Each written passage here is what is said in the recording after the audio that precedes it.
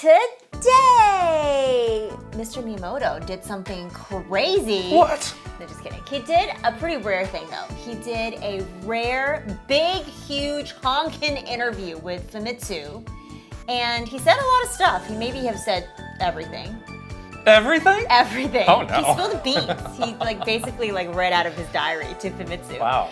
And there's a lot in there, and we want to dig into it and just make sense of everything that he said in this big honkin' interview. This was an 18-page interview. It was 18 pages, yes. And kept going, kept talking. he is prolific. He has a lot to say. He just lets it fly when he gets going to. Oh, yeah. He's not worried about the filter of Nope. is this the corporate approved response? No, I'm just going to say it because yes. I'm me and you're you. Exactly. Is his reasoning. So I'm very excited to dig into this because there's so much truly interesting stuff. Right. This is the redemption. He was doing those Mario Galaxy interviews, and we were all just like, "This is not great. The vibe for him. This is not what I came for." And then he just drops bam, this truth bombs. 18-page, 18-karat gold truth bombs. It's true. Raining down on me. Yeah. I love it. And we're just like, yes, give it to me. Yes. I love that he has no filter. We have been on the receiving end of many of the times when he unfilteredly said some stuff that was not approved. He used to just announce games willy-nilly. Whenever he felt like it. Oh, by the way, we're working on that new Pikmin. Yes, exactly. So it's great to see that he is still doing that. Yeah. But you're right. Not only is he telling the truth, but he is someone that truly understands, the future of Nintendo and is a person that is propelling that future forward. So it's very important what he says because it's probably going to be what we will experience as Nintendo fans for many, many years to come. So it's going to be great to dig into. Shout out to our Patreon subscribers who were supporting us while we were away at San Diego Comic-Con. Our legions are growing at patreon.com/Kit Krysta. Wonderful stuff. We had a great weekend in San Diego. Thanks to everyone that came and said hi to us, too. They did. That was fantastic. That was excellent. We loved that. Many Patreon subscribers introduced themselves. That was great. I think we were positively surprised by the amount of gaming stuff and specifically Nintendo stuff that was there. It had been a little iffy the last couple years. Yeah, post-pandemic Comic-Con still felt like, and we hadn't skipped that many years. We have been to Comic-Con for the last 3 years. This is our third straight, yeah. And it does feel like the comeback is here. And not only is all the entertainment stuff at Comic-Con, which is always great, but all the gaming stuff is back, which is awesome to see. I mean, Nintendo had a ton of stuff, but Sony, Wolverine had a ton of stuff. They've got comic book games, so it makes sense. They had panels. Yeah. They had things are happening. Yeah, it's good to see. I didn't sniff an Xbox, but that's fine. But it was I liked it because it was back to the days where Nintendo felt the need to go and put some effort into things. Try a thing or two. I mean, they had the Rizzler there, so this is an all-out effort. They had this really nice setup for Switch Sports Resort, which we'll talk about later. We did play that game. Where they had this big outside courtyard, which was beautiful, and they had a giant stage where they had Rogers base was hosting with the Rizzler. Yes. Oh my gosh, the stars are colliding. It's and then to see. and then you could go in and they had this huge hotel ballroom. How many stations do you think they had? 50? 50, maybe more. Maybe more. Yeah. So it's no, this is a throwback. It's legit. Yeah, this is legit. This is great. And then they had all this other Splatoon stuff happening around town. It's on the show floor and around town. This is great. I actually really like the level of trying effort that is happening here. It is a good thing to try. I know that they have had success given very easily to them, and they're enjoying that sort of we don't have to do much, and people are just buying the stuff anyway.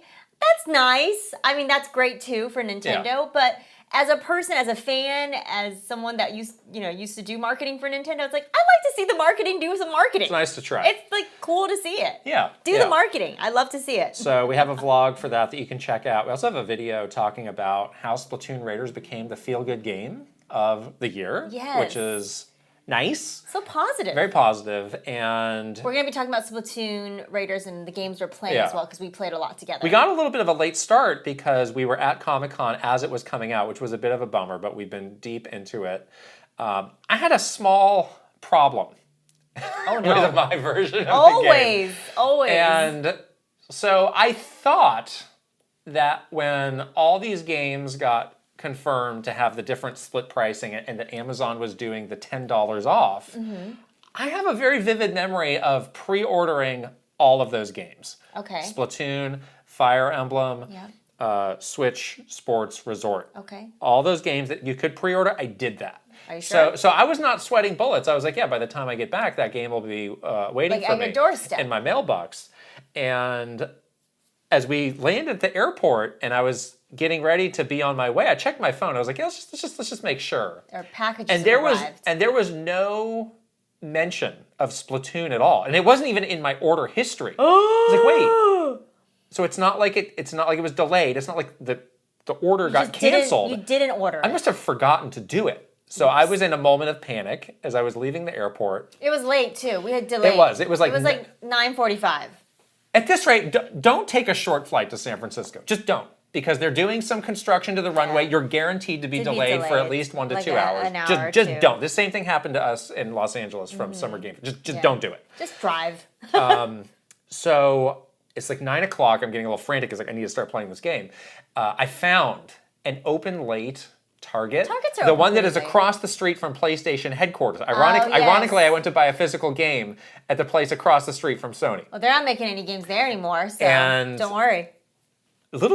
At 10 o'clock, the Target was bumping. Really? I couldn't believe. I was like, "What are people doing It here?" was Saturday night. It was Saturday night. Maybe people just wanted a place to Maybe go. people want. This is the nightlife in the suburbs. Going to Target. Hey. I don't know. It's pretty fun. It could be a treat for some people. And they had many copies. Oh, good. Not an amiibo to be found, but But you didn't get your $10 off. You I didn't paid get the no. $10. So You know paid what? $60 for this. You know what? It's my fault. I made a mistake. I need to pay the price for that. Stupidity tax. Yeah, whatever you Fair. want to call it. That's a bit harsh, but sure. It's not stupid. You paid $10 more.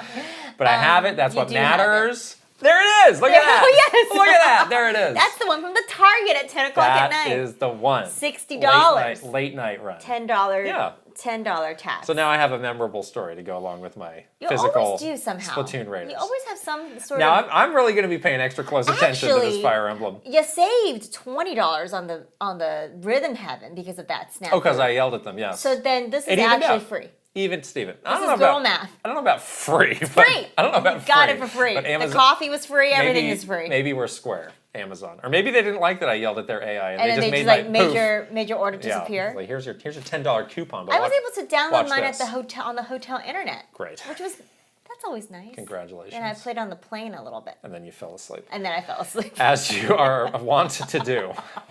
True. We have 18 pages of Miyamoto to get to. Wow. So let's not That's delay. a lot of Miyamoto. But you know what? We got to shout out our sponsor first. This episode is sponsored by Cash App. Wow. And one of the things that is so cool about Cash App is if you get the debit card, you can customize it almost limitlessly. And we've been playing Splatoon Raiders, which is a great game about customizing your character. Your rig. It's like, oh my gosh, I gotta find card can be the perfect outfit, part of the your perfect rig. look. It's like you can basically do that. Yeah. With the Cash App nice. debit card, legally distinct, Inklings, legally distinct. Legally that's the important part, legally distinct. I don't know where the line is, but please follow that. Please follow your rules. Follow the rules. But And your heart. customize. And your heart. And your heart and soul, Yeah. yes. Of course, of course. But you can do amazing things, and you can make it glow in the dark. An inkling doesn't glow. You know what in the glows in the dark? Squids and kids glow in the dark. dark. They do? In this game, they do, yeah. Biofluorescence. It's incredible stuff. Yeah. So Yeah. that I was love it. what was on my mind. Yes. Cash App can do way more than you think to make your money work for you. If you direct deposit at least $300 in paychecks each month and use Cash App card for purchases, you can earn interest on your savings. No hidden fees, no minimum balance requirements. Also, you can hit your savings goals even faster by turning on roundups on your Cash App card. With roundups, every purchase you make uses the card is rounded up to the nearest dollar, and that spare change is automatically put into your savings. Don't let your money sit around and gather dust. Make it work for you. Take advantage of the interest savings on Cash App today. New Cash App customers can earn $10 if they use code CashApp10 in their profile at sign up and send $5 to a friend within 14 days. Terms apply. Cash App is a financial services platform, not a bank. Banking services provided by Cash App's bank partners. Prepaid debit cards issued by Sutton Bank, member FDIC. Cash App Visa Debit Flex cards issued by Sutton Bank, member FDIC. And the Bancorp Bank NA pursuant to a license from Visa USA. See terms and conditions for the Sutton prepaid card, Sutton Debit Flex card, and Bancorp Debit Flex card.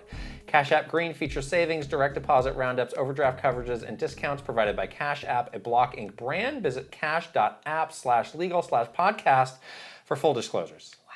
Can you read that any faster? I probably could. Maybe do that next time. Micro machines are back. I am the modern embodiment of the micro machines man. You can be like an auctioneer. That guy was next level. I can't do that. You can't do that. No, that guy okay, was, that's was something crazy. to strive for Yeah. in the future. Yeah. But Miyamoto, though, 18 pages. From micro machines to Miyamoto, we got it all Starts covered. with M. We're going to talk about it.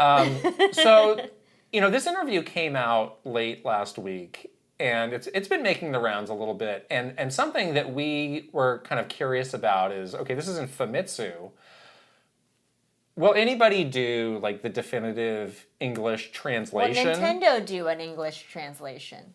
Is it really? It's Famitsu's interview. Is it really Nintendo's response? Like, who bears the responsibility of this? Well, if I were still there and I was working on the communications team, I would be raising my hand a little bit to say, like, well, this is being picked up by all these media outlets, and we're self-translating or using AI to translate this interview. Potentially, the things that he's saying is not accurately portrayed. So if we want to make sure what he said is accurately portrayed, we better do the work ourselves to put that definitive To make sure I don't buy a copy of Famitsu and put them out of business. interview out there. I mean, that's what I would say. They did just release the the online Japanese version, so maybe at that same time they give them, here's our official English translation, just have that available. Exactly. At the same time. Yeah, I think that's just, I mean, it's editorial as it is with media outside, someone outside doing an interview. It's not like Nintendo did this, Miyamoto asks or something like that. Yeah. So that's a different thing. But my point is that, like, if you don't want misinformation out there and you don't want people to misconstrue what he said, whether it's because of a faulty translation or because things are taken out of context, then you probably have to do some work to make sure that things are available in other languages, because this stuff is going to get around. I don't know, 18 pages is a lot of work. Not sure I can get around to that. Translation services. Nintendo has that. So the reason we're saying this is that kind of didn't happen. No. There was no definitive, like, whether from Nintendo or from like somebody in the community. Like, yeah. So it's kind of in like bits and pieces, and that's unfortunately what we have to work with. So as we go through the contents of this, like, we cannot say that this is 100% a perfect translation, but I think the idea gets across. I think so too. I think for the what most he's part, trying to say. For the most part, the idea gets across. The other thing that was kind of happening, which always happens, and it happens to us, so we know exactly what's going on, is he gets those aggregators. He gets aggregated and he gets clipped. So the most sensational things that he said without any just like when I said it was a cakewalk working at Nintendo.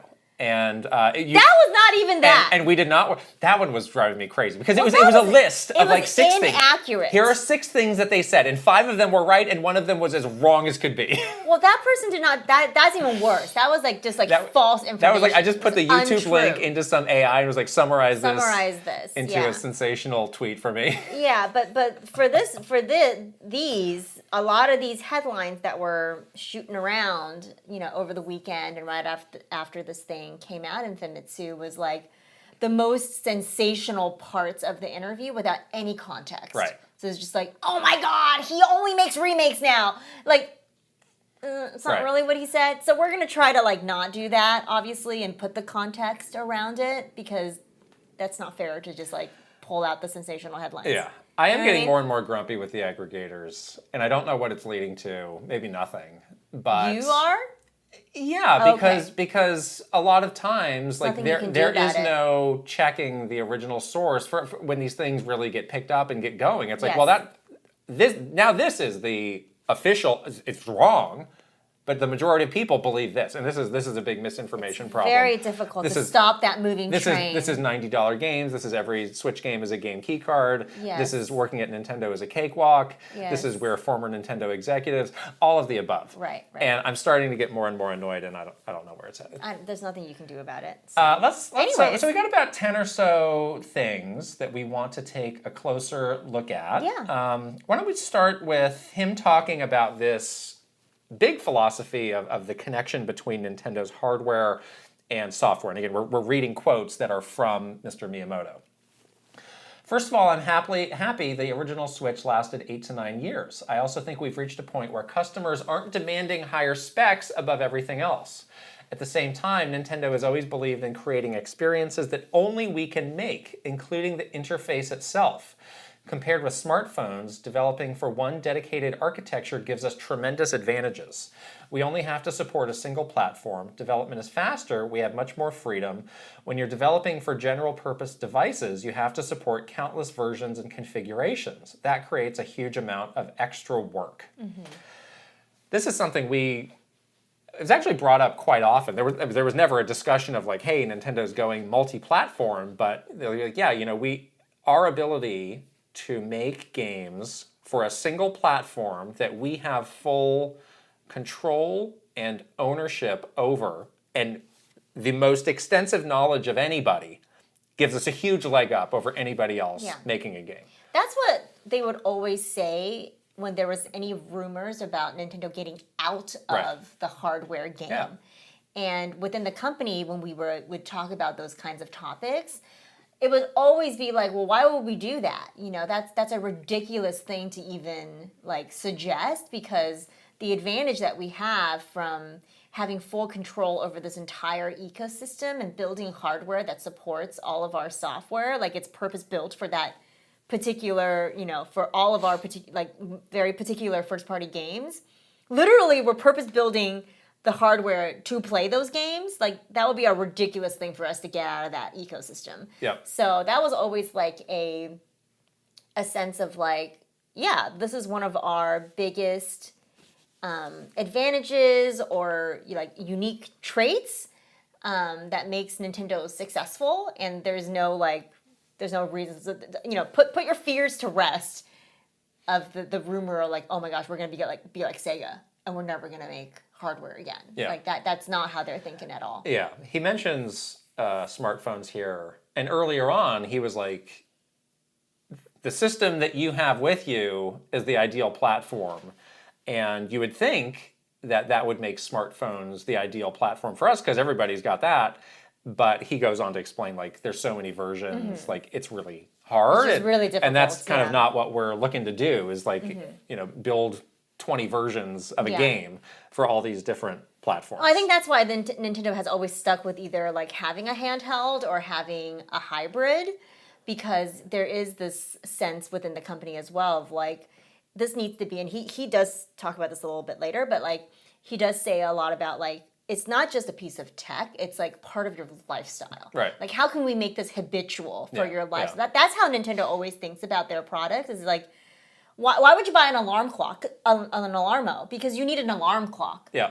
Why not inject a little Nintendo into your everyday items? Right. That's how they're thinking about it. And the other thing about it being him saying that it's very focused on just the one thing, and that gives us tremendous, ability to work very specifically on that one thing. When we were talking about when we finally went from, not having a separate handheld and a separate home console, and it all kind of became one in the form of Nintendo Switch. That was part of that discussion too, about what is going to give us the greatest amount of singular focus on the thing that we're making software for, because that's just easier. It's very obvious, And that's coming from the Wii U, and honestly, all the platforms that generation were interested in infiltrating the living room, because that had Nintendo TV and other things like little that, entertainment things. And they completely scaled back on the Switch, and that's why they don't really care. That's there's no Netflix on this. There's no YouTube. Exactly. There's no YouTube on a Yeah. Switch 2. Good, And there's good. not gonna be. Good. There's not gonna be because it's really, again, dedicated to and purpose built for this one thing, which is to play their software. Right. You know. This thing, customers aren't demanding higher specs above everything else. I don't know that necessarily applies to everybody. I do think there's people who are looking to push the bleeding edge, but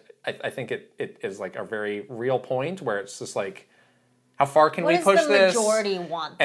And now we have this very hard economics problem of any growth is going to come with a great cost. Mm-hmm. And honestly, this is what they've been doing since the end of the GameCube generation, where it's like, we play the specs game. We got to get out of this. We got to figure it out. Yeah. And find some new thing. And I do wonder, like, at what point do other platforms kind of get on the off ramp? Well, I feel of the like rat race. Nintendo's so far ahead of this game at this point because they have been focusing on experience versus specs for so long, like you were saying, like since the GameCube days. So they do have a huge advantage and a huge lead in this area where like they were so focused on just the game experience being fun above all else, above all the things around, specs and graphics and, performance. It's like, is it fun to play, And that's like their most important metric. So I do wonder, maybe other game companies want to do this, but they would need to significantly like rethink their entire like development strategy a lot of times to be able to play that game that Nintendo's been doing for so long, Yeah. The last thing I want to pull out here is Nintendo's believed in creating experiences only we can make. Yeah. Like that is such like a true to like That's the very true. ethos of the company. And I think there's even like a Japanese, I'm trying to remember what it is. There was a Japanese word that would get tossed around. Dokuso.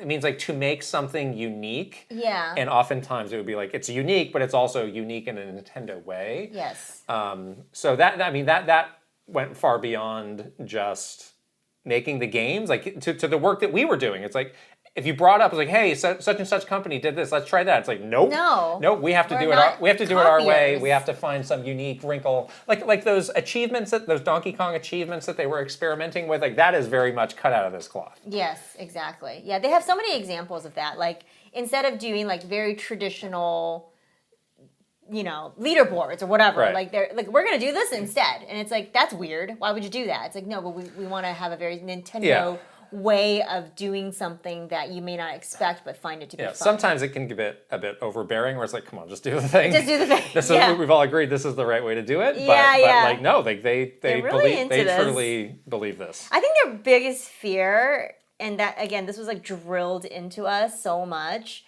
is like they don't ever want to be seen as like chasing a trend or copying a trend. It's all about like what can we do differently that makes us like very evergreen and like then the trend crashes away and everybody else that's followed that trend has to suffer. Like we're seeing a lot of the industry dealing with that now. They're very trend proof, right?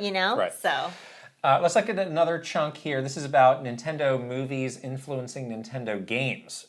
I personally don't decide the entire lineup, but sometimes projects influence one another.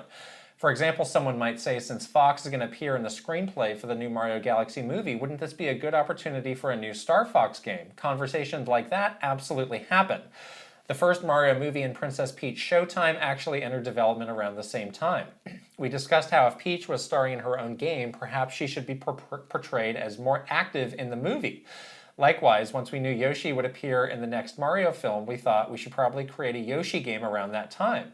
That eventually became Yoshi and the Mysterious Book. Every situation is different, but I think games and our other entertainment projects will continue supporting one another going forward. Yeah, so this was one of the things that got sort of misconstrued, I guess, and headlined a little bit when the story initially came out over the weekend, where like the big headline was like, Nintendo movies are dictating all games. Right. Which clearly is not what he's actually saying here. I think his point is that like it's being viewed as this entertainment holistic thing, and it's very natural. Obviously, if characters are going to be prominently featured in the movie, like you may ask the question if you were inside the company and developing games inside the company, like should we make a game around this time to like really capitalize on fans learning about Fox for the first time. Like that's a very natural thing to happen. And that's what it sounds like is happening to me. I definitely am not seeing, any like detrimental thing here where it's like, oh no, we're cooked. Like all these games are now well, there is a cynical version of this where they are like, like you used to see like the cheap cash in, easy. Oh, we have a year to turn this around. What can we fart out in a year? Oh yeah. And you do wonder like, is that how we got a Star Fox remake versus something bigger? Because it was like, this is the time we got. But I do like, there is some new information in this. I do like the anecdote about how Princess Peach Showtime, they wanted to reflect her being more active in the movie because of that game. So it's like, okay, there's a two-way street. Two-way street, yeah. I think that's really good to know, and that's like, that's kind of getting me off of that worry that I have. I mean, at the end of the day, like, I'm not worried, but I do think that from a business perspective, they're going to have these kinds of conversations and make these decisions because they need to sell the games. Yeah. So at the end of the day, it's like, yeah, we're going to make the best game we can. I don't think they would compromise on quality. Nintendo would never do that. Right. But like, it's also like, we are a business and we need to sell this game. Yeah. And we're not going to make a Star Fox game when there is no chance of us ever being able to sell it. Yeah. Like, that's just not going to And happen. I mean, there's also like, we've joked for years about Mario the movie, the game. Like, that's another cynical path that, we have not seen yet. I would for sure play that game. I would play it. I don't know if it would be a bad game.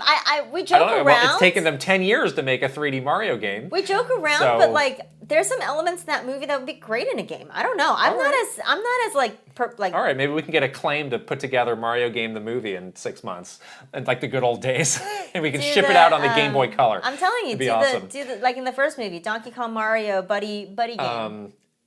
So we're stopping short of saying Ocarina of Time remake exists because we've got this Zelda movie, or who knows, maybe there's another game for Zelda that is meant to more fully reinforce that. We're still ways out from that. I think it's just Zelda reinforces other Zelda. Right. In entertainment. Right. That's 100% what's happening. So this is a very fascinating, it's just something to keep an eye on. But this is something we knew was going to happen. But I like hearing the specific, all of these specific integrations. Because this Princess Peach thing, we did not know. That's true. I mean, you could have very said like, oh, it was the other way around. Right. And it wasn't. It wasn't. I think that's very interesting. That's what I think is good, is that it is more of like a cyclical, like holistic approach versus like only one thing is dictating another thing. Right. I mean, you can look at it a lot of ways. You could say like, okay, they went too long without making a Star Fox game, and this was the kick in the pants they needed. True. What were you doing? This is the best shot you had to make this into a thing. Right. Did it work? I don't know. So I got my eye on this. For better or for worse. But I think this is the way they're thinking about it forever now. Is like, what can things inform other things within this entertainment ecosystem? Like, is there going to be a Zelda theme park? Probably.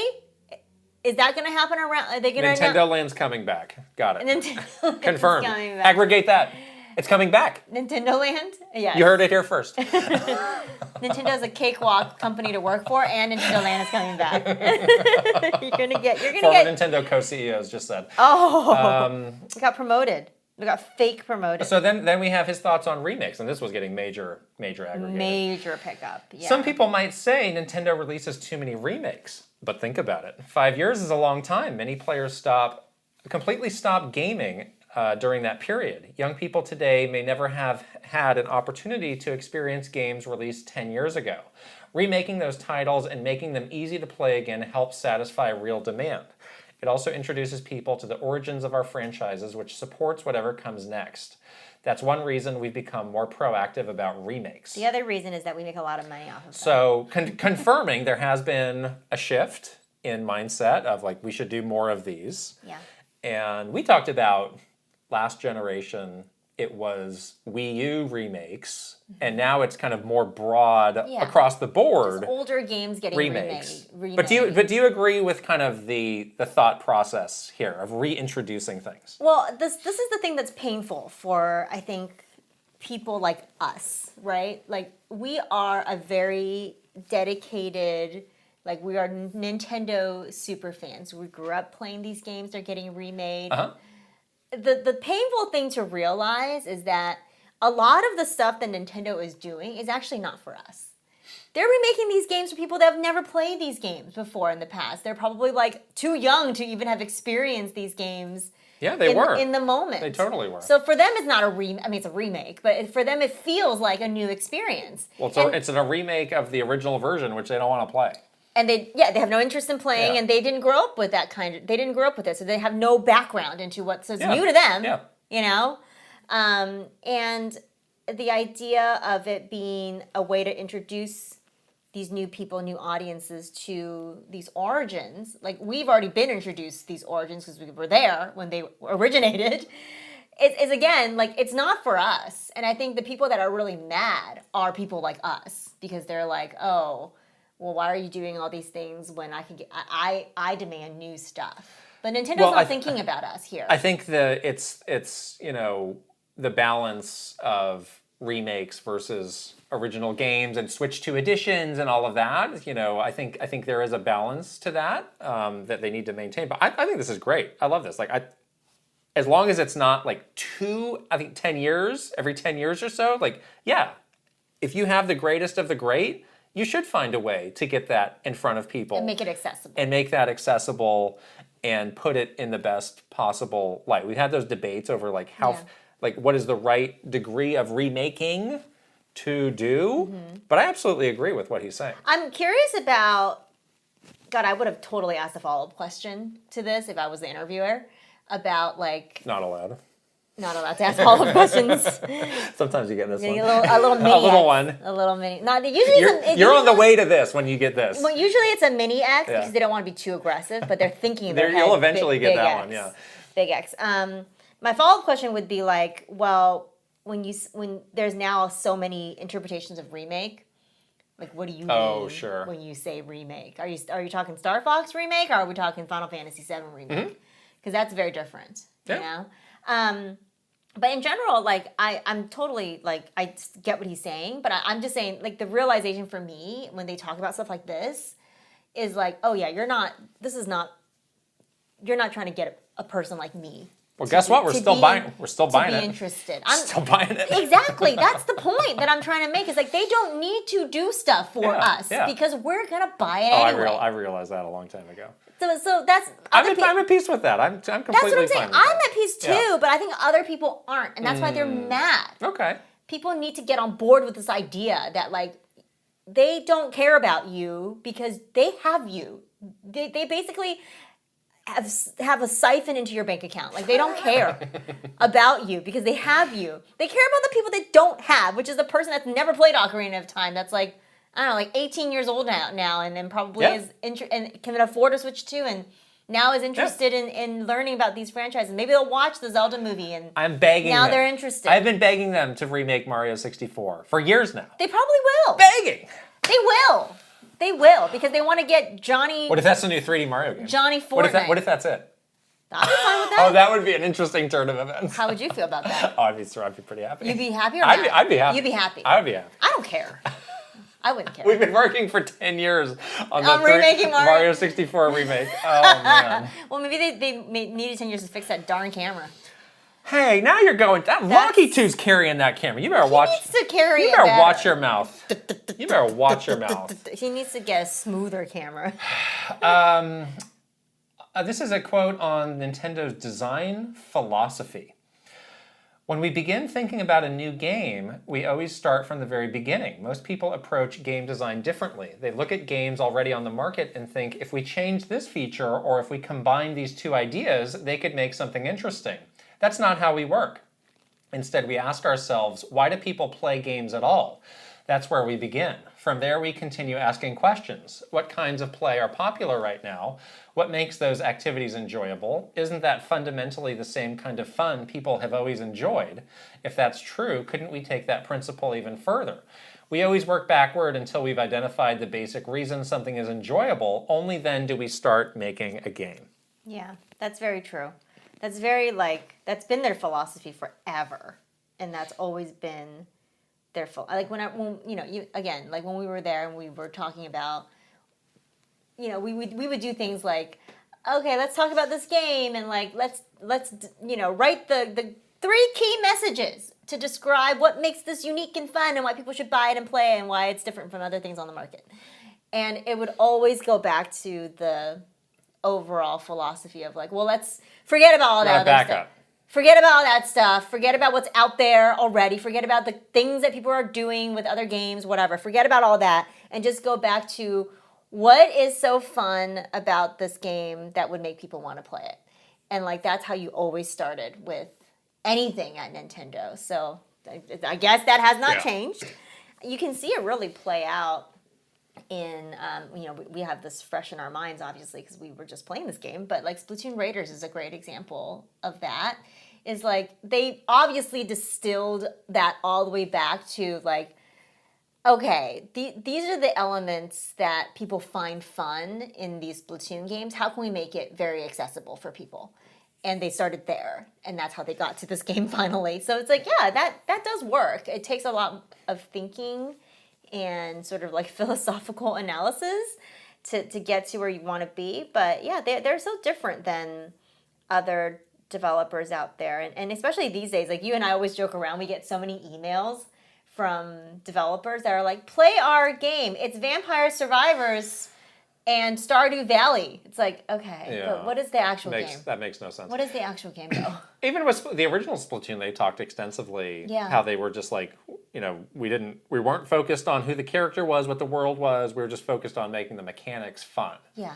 And we took that as far as we could, and then we started to think about that. I went to that GDC talk with Motokura-san about Donkey Kong Bonanza. Yeah. And he totally talked about exactly this, which was like, we started with like this voxel technology and the idea of like breaking things.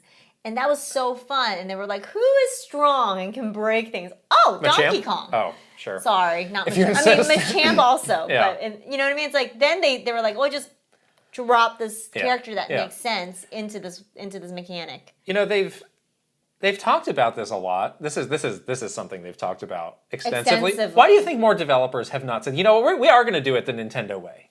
I think it's a harder, longer path. Yeah. I think it's also it probably feels like a leap of faith. Yeah. In ways that other kinds of game development don't. The other thing that Nintendo has as a huge advantage that other people don't is this very deep understanding of their audience. They just know them. They're tracking everything you're doing. Right. First of all. And they just know so much about us. Like, you would not believe how much they know about you. Like, some of that back-end data, I was like, wow. But I think also, again, it's a leap of faith, but then also, like, I think there is some anxiety of, like, is this something that we can actually sell? Mm-hmm. That they are like, we've done this so many times, we have confidence in our own process to make it done. But if it's your first time, it's a little scary. And it's like, all right, we actually, and if you're like a lesser known developer, it's like, we actually need more than just saying it's fun. Like, you need something that's going to catch the eye. You need something that's going to get attention. Right. So it's like, I just don't know to what extent you can do. If we have any game developers out there, I'd love to hear your thoughts on like, why is this not a more widespread method? But what about like other studios that are not indie studios? Studios that have pedigree and budgets and that have made multiple games. Like, how come they don't do this? Seems like a winning formula to me. I don't know. But maybe I'm wrong. Other people make hits other ways. It's not just one way of doing it. That's true. That's another good point, is that like a hit can be made in many other ways. Yeah. Like it could just be like, sometimes it's just like the right time, right place. Like you just hit the audience just right. Sometimes if it's like, an RPG, it's like I just have this story inside of me that I need to tell. Like Clair Obscura. Right. That's a very valid thing too. Yeah. And that is something that is, relevant anytime. As long as you have like this thing that you want to put out there, you have a very clear idea that you want to put out there, it can find an audience too. And also, like, I do think there's like pockets of Nintendo that are doing things differently. So like talking about RPGs, Monolith Soft, I'm not sure they're doing this. with the next Xenoblade Fire game. Emblem, I'm not sure they're doing that And either. they had their whole, way of making games before they even got acquired by Nintendo. So I Right, don't think it's like, all right, the way you were doing it, you're not doing that anymore. It's like, no, you got this a is thing. probably like just like core first party. You got a thing that works for you. I do sometimes when I hear these high concept quotes, I'm like, yes, this is like the purity. This is like breathing like pure forest air. It's like cleansing me from the inside. But then I was like, so how does this apply to everybody 1-2 Switch?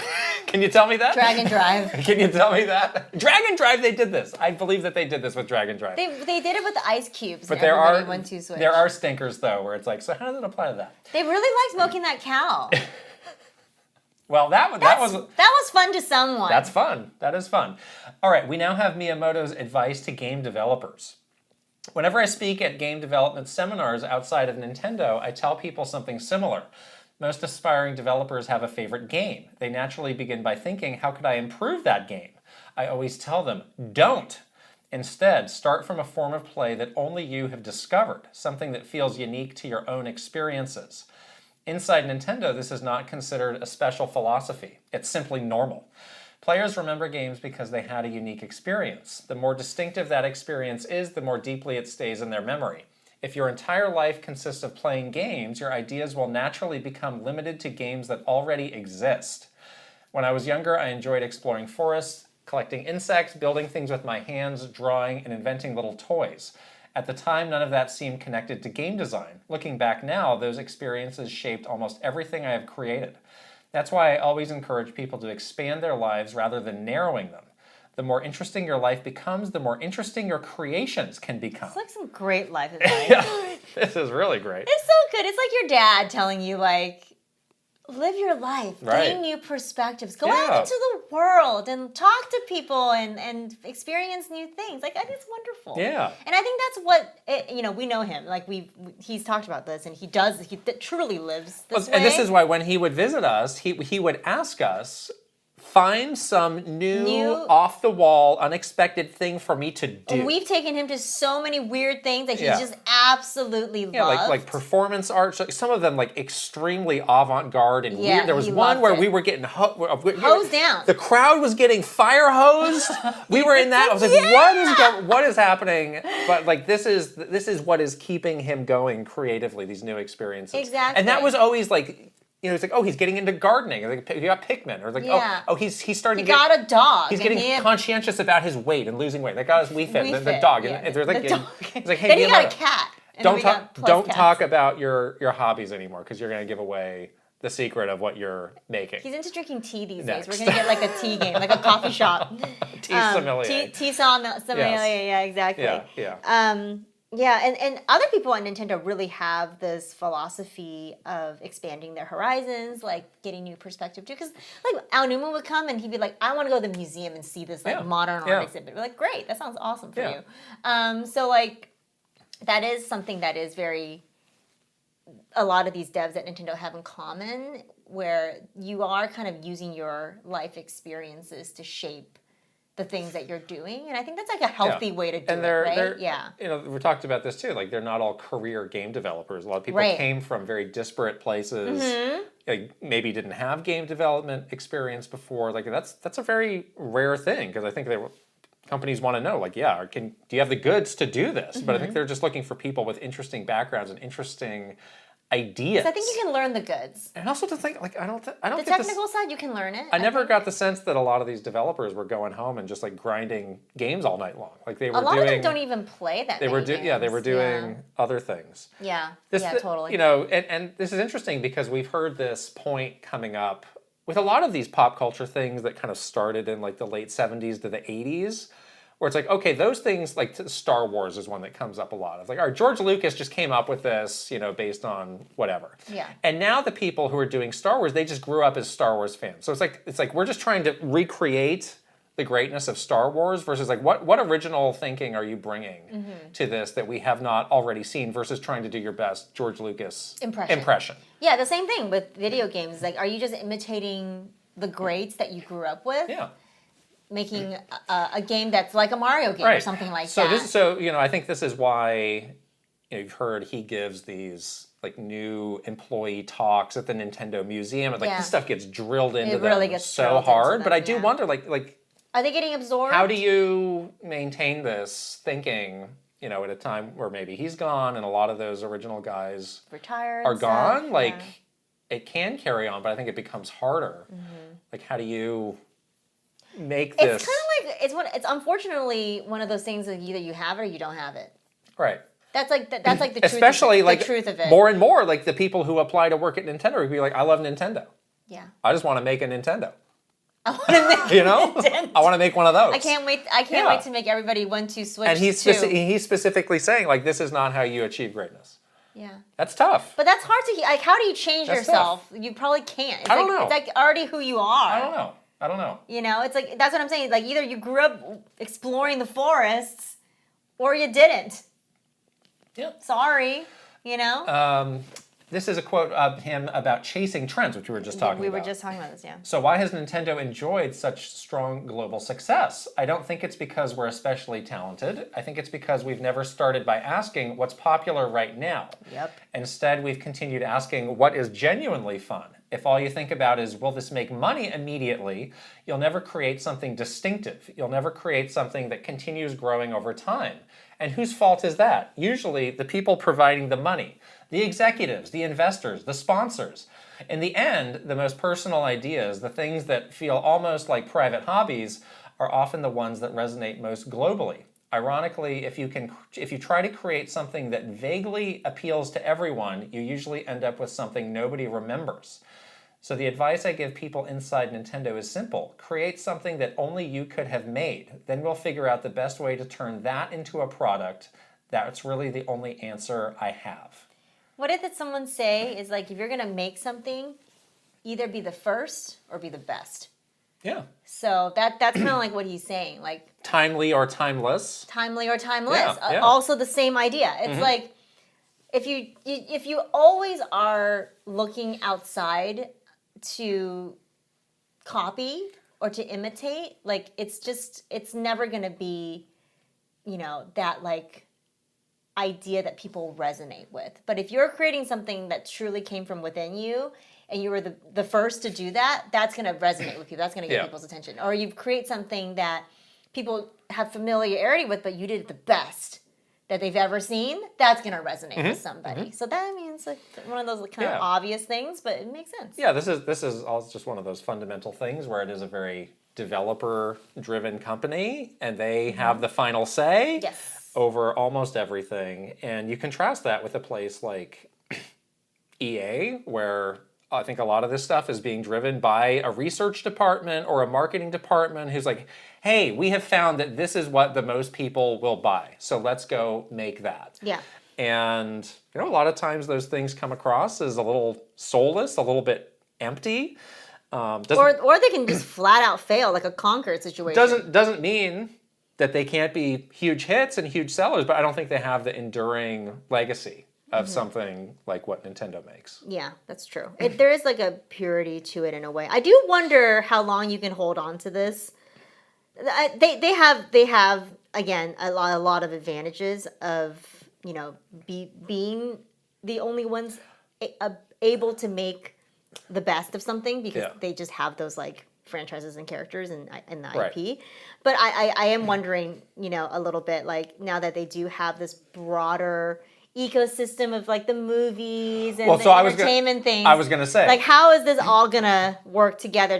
How are you gonna maintain that purity? So I was gonna say, this is a beautiful, inspiring quote, but I am getting a bit of a mixed message about now how we have the entertainment being this back and forth. No, it's true. With the games. It's very true. And what is the actual purity in that sort of futuristic world and that we're hurtling towards? That's the question that you and I have asked for a long time now, ever since, you know, the movies have become huge, massive hits, and the theme parks have become a huge thing, and their other entertainment things have become more of a focus for the company. Like, there is some push and pull that's going to happen where you may lose some of that, you know, the purity of game development that he's talking about. And that might be something that it's really not in his control. Yeah. It's just something that's going to happen. Yeah. And sometimes it happens over a long period of time. Sometimes it just Yeah. happens quickly. So, So I mean, that's why it was so important that Iwata was the leadership, because he had that game development mind and that connection with Miyamoto. Of like, we're on the same page. We're with on this. the same page. I don't But then know who that week, is last week anymore, we were talking about like who's got the vision for the next phase of Nintendo, and it's like, yeah, and do they have this mindset? And we're saying that it's probably not like a singular person. And the more people you add into the mix, the more like the bigger the committee grows, as they say, the more voices and the more sort of convoluted it gets too. So again, Wada's gone, obviously, and then Mr. Miyamoto's going to have to retire at some point. Then who's going to kind of uphold these principles, and who's going to have the clear vision to do that? Especially as they are kind of entering into this more complicated phase of their business with all this entertainment stuff. It's like you do kind of need someone to be clear-eyed about this kind of stuff. And do they have that, or do they have the 5 people that can do it? I don't know. I don't know if I can definitively say like, yeah, they got this. Like I actually don't know if the answer is yes to that. Yeah. This next quote is about keeping Nintendo fresh. If all we do is preserve the old ways, we'll eventually become little more than a museum. We have to keep bringing in new people and new ideas. Actually, lately I've been reflecting on the fact that Nintendo has started feeling a little too much like a preservation society. That's something we need to be careful about. Oh. And this was something that I think surprised us when we worked there, of like the lack of interest in really making the most out of the past. Yeah. Versus the drive to push forward, innovative. Try new things, Yeah. keep everything moving ahead. So that was interesting to hear him have a little bit of like hesitation of like, we might be leaning a bit too much backwards. Yeah, we would be very surprised oftentimes when we bring up things about, preserving Nintendo's past or highlighting Nintendo's past. A lot of the response would be like, well, why would you want to do that? We're focused on the not future. interested in We're that. focused on the future products and the products coming out this year. That's what we should be talking about, not our past. I guess it's a little different because they did open a museum. This interview happened in the Nintendo Museum, which is kind of As funny. he like smashes all the stuff in there. No, just kidding. Yeah, so it is very easy. It would be very easy and very lucrative for them to just become a nostalgia brand. Yeah. And this is the, I think, proper The aspiration to be like, antithesis no, of we are that, not going to take the easy way out and just milk that. Like, we're going to continue pushing this as far as we can. But it is a push and pull. Yeah. It is harder, though. Now, there's so many challenges that you face now to be that, like, on the cusp of innovation, because now innovation is just so expensive. Yeah, it could be a bigger failure that blows up in your face. Exactly. Mm-hmm. Like, before the risks were a little bit less. Nowadays, it's like, you can... And now we have every game is an 81 on Metacritic. It's at 78. It's good. It's really solid. But it's not. But what's going to be the next? What's going to blow your socks What's going to be off? the next 90 plus kind of thing? Yeah. No, it's true. Like, the risks are a lot higher. The just all of it is more expensive, right? We're talking about like the economics of it all is just like the math doesn't math. And if you're going to be taking these big risks in innovation, like you need people to be on board to like buy that product. And people, I don't know if they can even just afford to buy the product these days. It's not even, they might want to, but they simply might not be able to afford it. So that part of it, on the idea of freshness becomes more and more precarious, because then you're like, well, the thing that's making us money is like the nostalgia stuff. I mean, I do think it's ironic that the most long tenured guy there is the one advocating to not lean on nostalgia. Yeah. Don't lean on all those great things that I did. I made it. I'm saying you should. You think that's something the old guy would say? To hold on to their legacy. Oh, my legacy was, we still have so much that we can do with this. I'm the best. And you think it would be like the younger staff are like, I'm itching to do something new. I am itching to show what I can do with my skills. So not that. It's so interesting. That's really Do fascinating. you think he was mad when the Virtual Boy came out? Like, not this again. A Virtual Boy. That was not a shot that needed to be taken. Then he like threw it out the window. First of all, also as former Nintendo executives, I saw that shot of executives right there.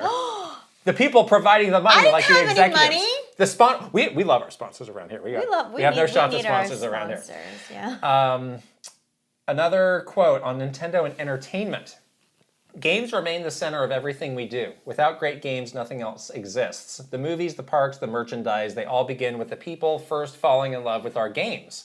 That's something we never want to reverse. One thing I've become increasingly aware of is that people now encounter Nintendo in many different ways.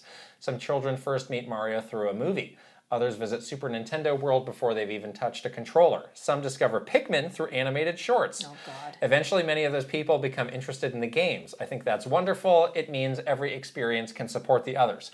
Now, you have had some grim long-term predictions about Nintendo maybe just bailing on games. I never said that. You said something like that. So here he's specifically saying, that can't happen. Well, this is actually kind of an interesting way of him talking about this, because he starts out by saying, like, games are the center of everything we do. We need it. They all begin when people are first falling in love with the games. But then he goes on to say, like, well, what I see happening is that people are not actually first falling in love with the games. They're actually first having these experiences and falling in love with Nintendo. Yeah. The brand of Nintendo, not a Nintendo game. Well, maybe he's saying that's a more shallow kind of attachment. And versus the games. That's exactly what they want. They want like you to have these different entry points. Yeah. They totally talked about this when they were starting this entertainment endeavor. I mean, we've seen every version of a corporate slide with all these things reinforcing the game at the middle. Yeah, the game's in the middle, and you have all these pillars, the business pillars. Right. I never said that they were going to be getting off of games. I feel like you did. No, but I do think that, like, as the entertainment stuff grows and becomes more profitable, like, the thing that he also talked about in the beginning about, like, these things are kind of informing games and the games are informing movies or whatever else, like, it becomes more, like, integrated. I think that's probably going to happen. It's already happening. You know, they made these games because of the movie. They made Princess Peach more prominent in the movie because of a game. Like, these things are going to happen. These things probably will continue to happen. But, yeah, I don't think they're going to be, like, getting out of games, but I do think it's going to look different because they have these other things that are, like, entry points for people and also, you know, part of this, like, again, this holistic thing that they're doing. But this is what they want. This is what they've been striving for 15 years to achieve. They want to achieve and they have achieved it now. Yes. Thank you, Mr. Iwata. Thank you. Yes, and this is something that Mr. Iwata had a very clear vision for. Yeah. Very, very early. Like 15 years ago. So, yeah. One more quote to look at on the future of Nintendo. Nintendo has reached the point where several generations have now grown up together. Children become parents. Parents become grandparents. Yet everyone can still enjoy the same characters. That's incredibly special. It's something very few entertainment companies have been able to achieve. So rather than asking, how can we sell more games, I'd rather keep asking, how can Nintendo remain part of people's lives? If we continue doing that well, the business side will take care of itself. Such an innocent, sweet child. I mean, that is sort of like the very, like, innocent philosophy, I think, around this, like, Nintendo. Oh, good thing we have jaded you here to tell us how the world actually works. I mean, I'm just saying, like, this is like what we're saying, like, okay, his innocent, like, reasoning for this is like, oh, now we all, kumbaya, we can all love Mario in the multiple generations of families or whatever. But what they really want to do, because that means you're never going to forget about Nintendo ever, is just infiltrate your life with stuff. Yeah. Which is what they did. Like, they're everywhere. You go to the movie, there's Mario. You go to a theme park, there's Mario. You go to get a video game, there's Mario. You look at your alarm clock, there's Mario. You go to everywhere. You look at a cereal box, there's Mario. Like, they just want to infiltrate your life because that's how you become an unforgettable brand that never goes out of style. It's very simple. You know why he has such a wholesome view on the world and life and has lived such a fulfilled life is because at his heart he is a Mario fan, just like me.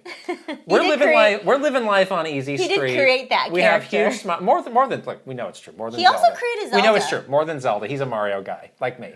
We know it's true. We're living life on easy street, just watching the world burn around us. That's why he gave Zelda to Al Newman. He's like, forget this it's like guy. Pokemon fans, oh no. Zelda fans, yikes. Splatoon fans, I'm out of there. there. I'm just staying on the Mario path to happiness. The innocent, yes. The innocent, pure-hearted Mario This is the way to live. I'm glad that he has this view. Never lose it, Mr. Miyamoto. Keep your innocence. Well, as I read this whole interview, and that was our last quote, it's like, this is true wisdom. In like the type that like you hear about, like, oh my gosh, you have lived a long life, you have experienced so much, and now you have developed this rare thing we call wisdom. Yes. And not everybody does that. Respect that. He truly has that, and he is now truly doing his best to share that. And the thing with him that's so unique, and I think a lot of people lose this as they go through life, is that he is very good at preserving his own opinions and his own thoughts, regardless of outside forces that may be trying to sway him in other directions, or, I mean, he's looking at people's perspectives. So unlike Todd Howard, he's not posting on Reddit. No. Is that what you're saying? Sure isn't. This is Miyamoto on Reddit. No, unless he wants to, and then if so, go for it. He doesn't. He doesn't, and he won't. But the thing with him is that, like, he's got this kind of, like, he's preserved his own purity in a way where, like, he's like, I don't care what you think. This is what I think. And I don't know if I'm right or wrong. This is just what I think. And if you're going to ask me, I'm going to tell you. And there is, like, something really special about that. There's, like, no, like, agenda. Right. There's no just, like, it's not like he's on the high horse saying, like, I'm right and you're wrong. He's just like, this is what I think, and I'm just going to tell you what I think. You can take it or leave it. I don't care. And I think that's cool. I think that's really great. Mm-hmm. That's a very rare quality to have, you know? Yeah, again, I don't think everything he's saying here would work for everybody. No, or I don't either. Every company. No. But I do find that's the thing, yeah. But I do find it to be very inspiring and very, just like you said, honest. So I hope everybody can find a way to read the full interview. Mm-hmm. You know, whether it's an official translation or not. I think a lot of the big ideas do come through. Yes. And this really is like one of the more all-in-one comprehensive views into many Nintendo philosophies that we, experience daily. That now more people can come to understand. Yeah, get a glimpse into. And like, these concepts and the things that he talks about here is drilled in mercilessly into every employee if you work there. Yeah. So it's very like second nature to us when we hear about him talking about this kind of stuff. Like there's some new stuff in here too, because the company obviously has shifting business strategies and things like that. But for the most part, they're a company that is very like rooted in these big philosophies, and I don't see them shifting away from that anytime soon. But it's fascinating to see it all like kind of in one place like this. So yeah. Yep. Good for Mr. Miyamoto. Way to go, Famitsu, you got the scoop. Yes, you did. Good for you. Okay, we have some news to get through, but first we got another sponsor to shout out. This episode is sponsored by Factor. Yes, and I love Factor. Again, I think a lot of people would like to eat healthy foods, but there's just a lot of barriers that are standing in their way. Yes. Whether it's like a time thing of like, oh, I gotta go. I don't have time to go to the grocery store, or like knowledge. Like, I actually don't know what the proper ingredients are. That's my point. Is that to make these things. There's a lot of misinformation out there in the nutrition field of like what's actually good for you and what is. Yeah. You and I were talking about like, are eggs actually? We still don't know if eggs are good or not. We're still asking that question because we're both like decades later. Is it like do we want that protein? Is it high cholesterol? We're still trying to find out. We don't know. No. Whatever. But you don't have to worry about that with Factor because they actually have professional nutritionists and chefs that are crafting your meals, and they are only putting in the stuff that's actually healthy and good for you based on your dietary restrictions and your own health goals. So that's great because I don't really want to research for 1,000 hours on the internet on whether or not I can eat this egg. Like so that kind of sucks. These are delicious, never frozen meals, and they have all sorts of categories of whether you're looking to do weight loss, just general nutrition, protein, whatever. Like they've got all these different categories of meals, and these things are delicious. They're really good. It's such a huge variety. Over 100 rotating weekly meals, Yes. 70 add-ons. Like you are going to be mixing and matching and staying really like engaged with what you're eating because it's interesting and new. And it's like seasonal too. So right now, Yeah, we're like in yeah. the summertime, they have like delicious like summer vegetables and things like that. So it's really good. Yes, and they have banned 175 of those ingredients that you're going to want to stay away from. So See, I don't know those again, ingredients. Again, you don't have to worry about it. They know, and they are making sure those are not in what you need. those meals. Yes. Head to factormeals.com/Kit and Krysta 50 off and use code Kit and Krysta 50 off to get 50% off and free daily greens per box with new subscription only while supplies last until September 27th, 2026. See the website for more details. We'll put the link right over here with a QR code for you to scan and also in the description below. Yes. Let's take a Patreon question before we get to the news. This is from Antigonus Gaming. I have a question about the marketing strategy for Fire Emblem Fortune's Weave. It seems like Intelligent Systems has a much more haphazard strategy for updates which are released on an irregular schedule over Twitter than Nintendo, who is putting out daily announcements promptly at 8 a.m. Pacific time on Nintendo Today. When you were at Nintendo working with a partner company like Intelligent Systems on a game, did you ever find it frustrating when the other company was either overly aggressive or lackadaisical with their marketing strategy, and what did you do? Do you think this lack of alignment and focus between the more detailed but erratic Intelligent Systems marketing to Japan versus the much more regimented but less detailed marketing to the global audience from Nintendo could hurt the game's performance once it comes out?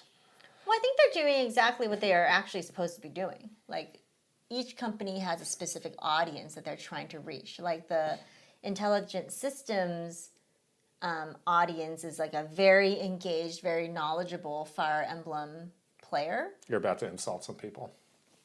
They are. And? Continue? And so that's why their marketing is like very detailed. And what about the people outside Japan? Sorry. What would you like to say about them? That's for you. Have you been following along with all of the stuff that's been happening? I know that there is the Nintendo Today updates, but I don't So you've not? I don't look every day.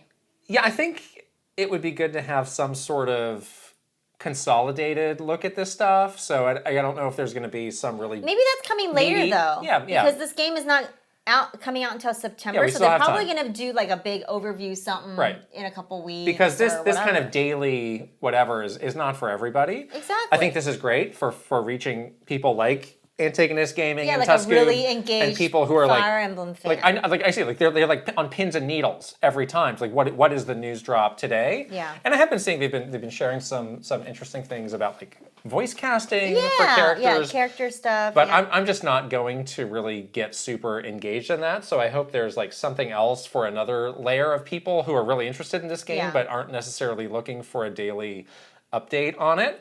But yeah, this is something that we encountered a lot where it was like, all right, you have one way of doing it.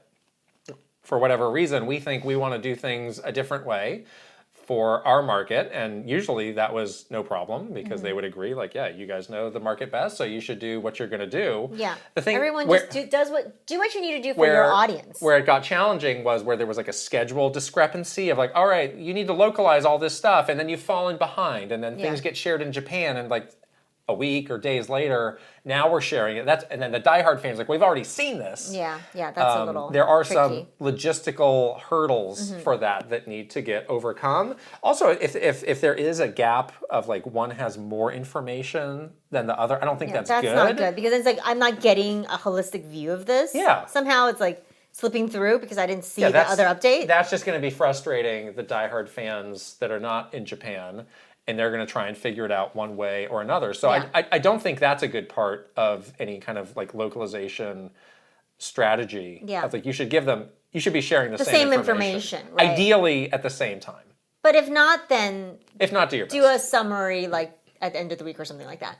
I remember Fire Emblem being very difficult from a marketing perspective because they had a lot of like things they wanted to do that were sort of not typical for marketing a game. Like they wanted like its own Twitter feed to do these like daily updates before the days of Nintendo Today. And we were like, why? And so there was it was one of the games that required a bit of a different approach. So it sounds like they're still kind of doing something similar to that now that they do have Nintendo Today. They're trying to kind of marry the two together in some way. And maybe there's a little bit of growing pains there. Yep.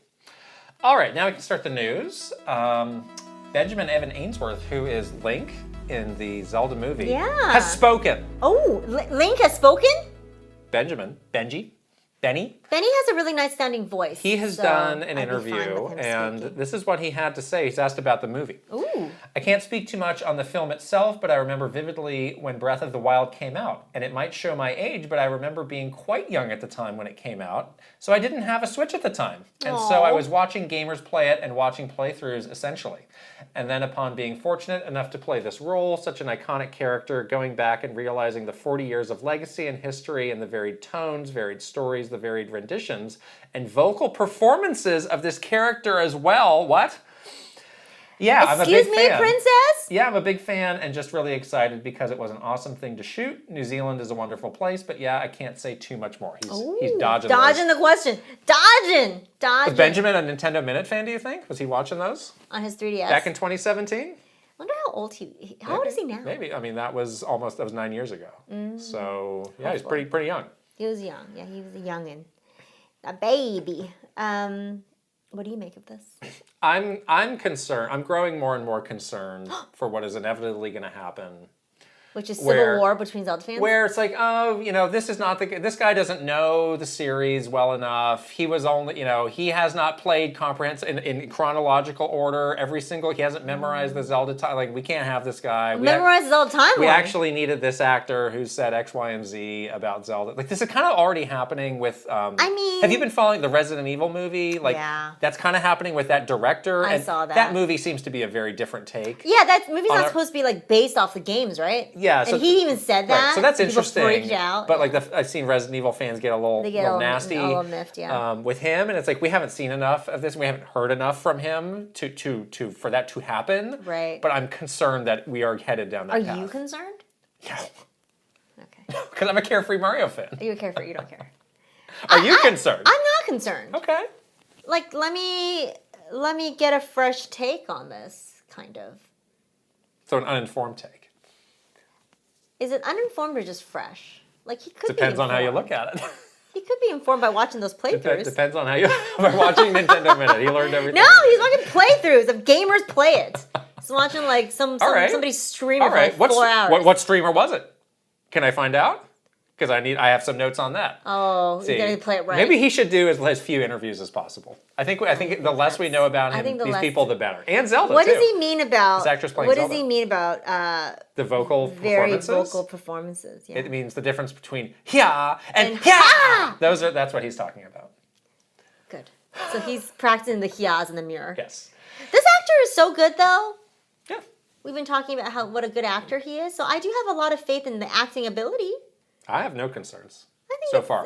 It does seem like it feels like we're getting close to something Zelda related. I know. Happening. It does kind of feel like something is brewing. Something's got to be brewing. Yeah, it's some 40th anniversary update to some of these Zelda things that's happening. I agree. This was some surprise news as of this morning. This had actually leaked and it just got confirmed. So the Pokopia DLC is starting on August 5th, which is next week. Nice. This is the perfect timing for you. Yes, when I played at future Pokopia player, Krysta Yang. I'm gonna be playing on the plane at Gamescom, and are you gonna get the what? DLC? You're gonna 100% Pokopia on the flight to Germany? Is this free? So no. Paid. So listen, this is complicated. I had to. So I knew that there was some free content, and I also knew there was an expansion pass. But it was very hard to really differentiate what is free versus what is paid. Okay. So you can see on this visual here, there's 3 parts that come with the expansion pass. Bubbly Basin, which is a new town. And towns are basically like the levels. Okay. And that's an underwater town. Part 2, and that's coming August 5th. Mm-hmm. Part 2 is accessories for the character and the Pokemon. It's cute. It's more of a just like a visual thing, aesthetic thing. That's coming late 2026. And then in Part 3, there's an additional new town, and they're not saying what it is, and that's coming in 2027. So there's like 3 parts. Right. So I initially thought, all of Bubbly Basin is going to be the free update. That's not true. Oh, no. So the free update is that you can go in the water, you can swim around, you can build stuff, but you don't get access to the whole town of Bubbly Basin. Oh, you're gonna need that. Well, for you, I mean, you have a lot of content there. So At first, But don't you want to play the Bubbly Basin? the expansion pass is $35, which For all of it. Yeah, you get all of it. Which initially I was like, that's awfully steep. Kind of a lot, yeah. But now that I know that it's 2 full towns, like there's not a ton of towns in the game, so it's kind of like, yeah, it's about half of what the original game was. So now I'm a bit more okay on it. Okay. I do like, these games, like, I feel like every time you stop playing them, your likelihood to go back drops a little bit. It's intimidating, right, to go back. The fact that the last one's not coming until next year, it's like, are you worried that you're going to be off of this game by next year? I don't think I'm going to get this DLC, but I do wonder. Well, what about my Bubbly Basin? Because I don't expect I'm going to be getting my game back anytime soon, because you're going to be so enthralled with Pokopia. What if I just buy the DLC because I didn't buy the game? For me? Oh, for yourself? Why would you do that? Wait, how would I? Why would you do that? No, that doesn't make any sense. That makes no sense at all. That makes no sense. Okay, never mind. So yeah, I'm curious. I think the underwater stuff is neat. Like I saw, like you can build like a floating house in the water. Oh. Like I think it's pretty neat. But you still get the ability to dive and build underwater. Yeah, that's still free. With the existing water that is already in the game. And there's a lot. There's a lot of water. There's is it nice water? I think it's nice. Is it too much water? It's cube-like water. Is it too much water? No, it's not too much water. 7?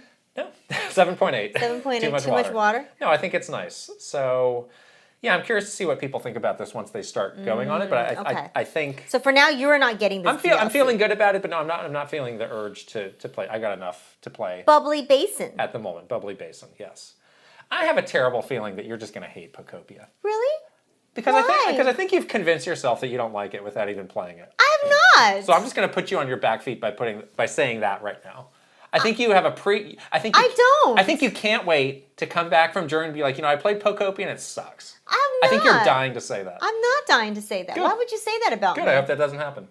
I have a lot of time. I'm going to play for 10 hours straight. You're going to play for 10 minutes and then fall asleep. Now, how can I hate it after 10 minutes? After your 5th Bloody Mary. I don't even like Bloody Marys. You don't know anything about me. Okay. We have some news from Comic-Con. There was a God of War panel. Yes. That happened. We didn't go to that. No, we did not. But they had Cory Barlog there. They had Deborah Ann Wall, who's playing Faye. Lao Faye. Faye. Lao Faye. I'll just call her Faye. And they revealed that God of War Lao Faye is coming on February 16th. Oh boy. Of next year. So that's coming soon. They were being very cagey about the launch timing for this. Yeah. And it's good to know to have a date. So that's actually not super far off. Exactly. I do have some bad news about that date, though. Why? There's another game that's coming that you're going to want to play that's coming like literally that same week. Is it Final Fantasy VII? It's Fable. It's coming that same week, I think. Oh, sorry, Lao Faye. That's bad news. It's going to be Fable for me, yeah, baby. that's tough. That's tough. When is? Do we know the date for Final Fantasy VII yet? I don't think we have a specific date now. I'm scared that's going to be February. No, I don't think it will be. You think April? I'm not worried about that. I'm nervous. I can't. Oh my God, it's a long game. We also found out, and Cory Barlog himself shared that there is another game for God of War that is in development that is starring Kratos and that will tie in directly with this game. Laughing. Yes. He was talking about how like a long time ago when they started this new run of games, he was like, "Yeah, we had this all planned out. Like this, none of this is like making it up on the fly. Like this whole story arc." Of like her dying but being sent to this is like that was always part of the plan, which is really interesting. And I do wonder, with this game now exploring all these other types of mythology, like okay, well, where's Kratos ending up at the end of this? Right. I think that's interesting. What about Atreus? Is he nowhere to be found? And no one cares. He's off to college. Good. See you later. He might move back home afterwards. He's gonna bring a sack of laundry with him when he comes back. He can't find a job, and he's gonna move back home. Atreus is experiencing the tough job market of ancient Sweden. AI has taken Atreus' job, his entry-level job into godhood. Oh no, that's manhood, a shame. godhood. What is your excitement for Lao Faye, the game? I wasn't that excited after the reveal, but my heart is open to more information. So maybe like a 7? Like a 6. Oh. What about you? I'll bump it up to a 7. Okay. I think the more I see, the more I will like it. I agree. Why is there a cube? I didn't like the initial reveal. Yeah, the reveal was kind of like lackluster. Yeah. Okay. I'm open to God of War games that don't star Kratos, but it's just that review just seemed And kind of they don't start Kratos or Atreus. yes, Yeah. definitely not. They're a Atreus. very short list. I'm honestly glad that it's people. her and not Atreus because I would have been yeah, mad. yeah. I'd much rather have Lao Fei than Atreus. Yeah. Right? Okay. We have a Resident Evil franchise sales update. Franchise. Be prepared to be impressed because these are some gaudy numbers. Ooh. And because Resident Evil is now the #3 best-selling Japanese video game franchise ever, Okay. only after Mario and Pokemon. Oh, of course. It surpassed Final Fantasy. It has now sold 213 million games. Wow. It just edged out Final Fantasy, which is at 212, so they're kind of be neck and neck here. When the next Final Fantasy comes Well, out, though, It's not going to. Yeah, what? What's going to happen it's then? gonna go. It's gonna knock out 1 million. Oh, yeah, those remakes have been just tearing up the charts. Oh no! I think Resident Evil has this now. Wow. They have Veronica coming out too. We have more updates. Resident Evil Requiem has sold over 8 million units worldwide. Wow. And this is without the game really being discounted in any way. Like Yeah. Capcom is very good with the discounts love and the doing price. that. You know, whether it's like a sale or a permanent price drop. Yeah. That has not even really started. And then also Resident Evil 2, the remake of that, we have a sales update. It has now passed Monster Hunter Rise and is at almost 20 million copies sold, the second best-selling Capcom game ever. Dang. And it's going to be the only RE game to have 20 million units sold. Wow. Incredible. That's incredible. And then we also got Capcom's top 10 best-selling series. Resident Evil #1, Monster Hunter #2. It's 100 million games difference between Resident Evil at 213 million and Monster Hunter at 131 million. I guess that's not 100 million, but it's a lot. Street Fighter at 60 million. Mega Man at 45. Oh, baby. Mega Man's #4 and you've been doing nothing for years. That's great. That's a great life to have. Get Mega Man back going. He is. Look at the potential. Overdrive. He's back going, actually. Devil May Cry 5th, 41 million. Dead is a big drop off here. Dead Rising #6 at 19 million. Ace Attorney 15 million. Dragon's Dogma 14 million. Marvel vs. Capcom 13 million. Then Onimusha 9 million. I thought Onimusha would be a little bit higher. Me too. Onimusha was kind of hot stuff in the PS2 days, but I guess true. not, Not hot enough. that hot. Not hot enough. Yeah, it's interesting after #5 because it's like, yeah, those are the Capcom franchises you would expect. Yeah. And then it's kind of a bit more scattershot from there. What about Ghost Trick though? What about Ghost Trick? It's like not even. It's like not even a million. That can be your shareholder question. What about Ghost Trick? Yeah, I'm glad to hear that Resident Evil sold hundreds of millions. What about Ghost Trick? As I tap my foot, As you in spirit? wag my finger. The lectern? I'm gonna send missile Yeah, in to wreak havoc. good. We have a question from Patreon from Garth the Wolf that I think is up your alley. Me? Now that Final Fantasy XIV is confirmed to be coming to Switch 2 on August 4th, are you going to give it a shot? I made a short to give the quick nitty-gritty details on how to get started regarding the subscriptions and all that, but I highly recommend it. If you have an aversion to playing online with strangers, the game also has retroactively updated older dungeons to let you go through them with an NPC party too. I did not know that. That's cool. That's something you would do, right? That's cool. No. I am interested in this game, and I think I will be giving it a shot. Oh, you said you definitely are. Yeah. I think I want to play it. At Okay. least 30-day trial. Try it Free out. trial. Free trial. Try it out. I may get addicted though.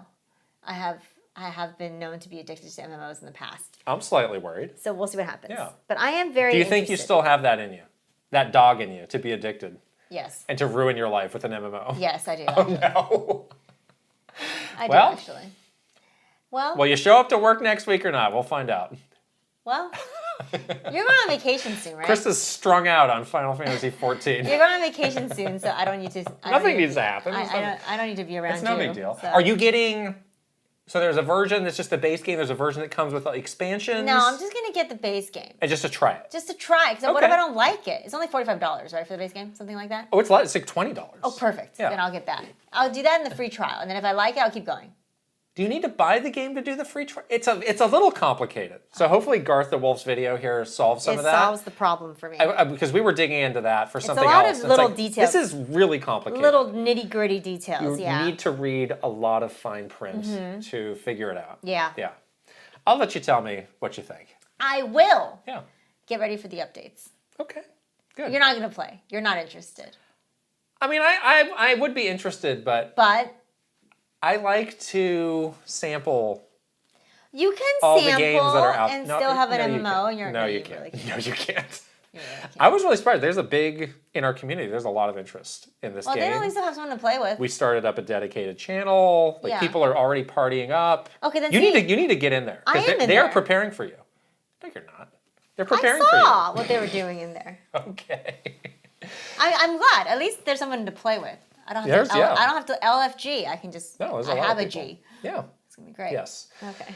Let's talk about the games we're playing. We got to start with Splatoon Raiders. Wow, what a time we've Such had fun. with Splatoon Raiders. Wonderful surprise this game has been. Yes. As of us recording this on Wednesday afternoon, do you recall what level-ish you are, or like where you are in the game? Like 19 or 20.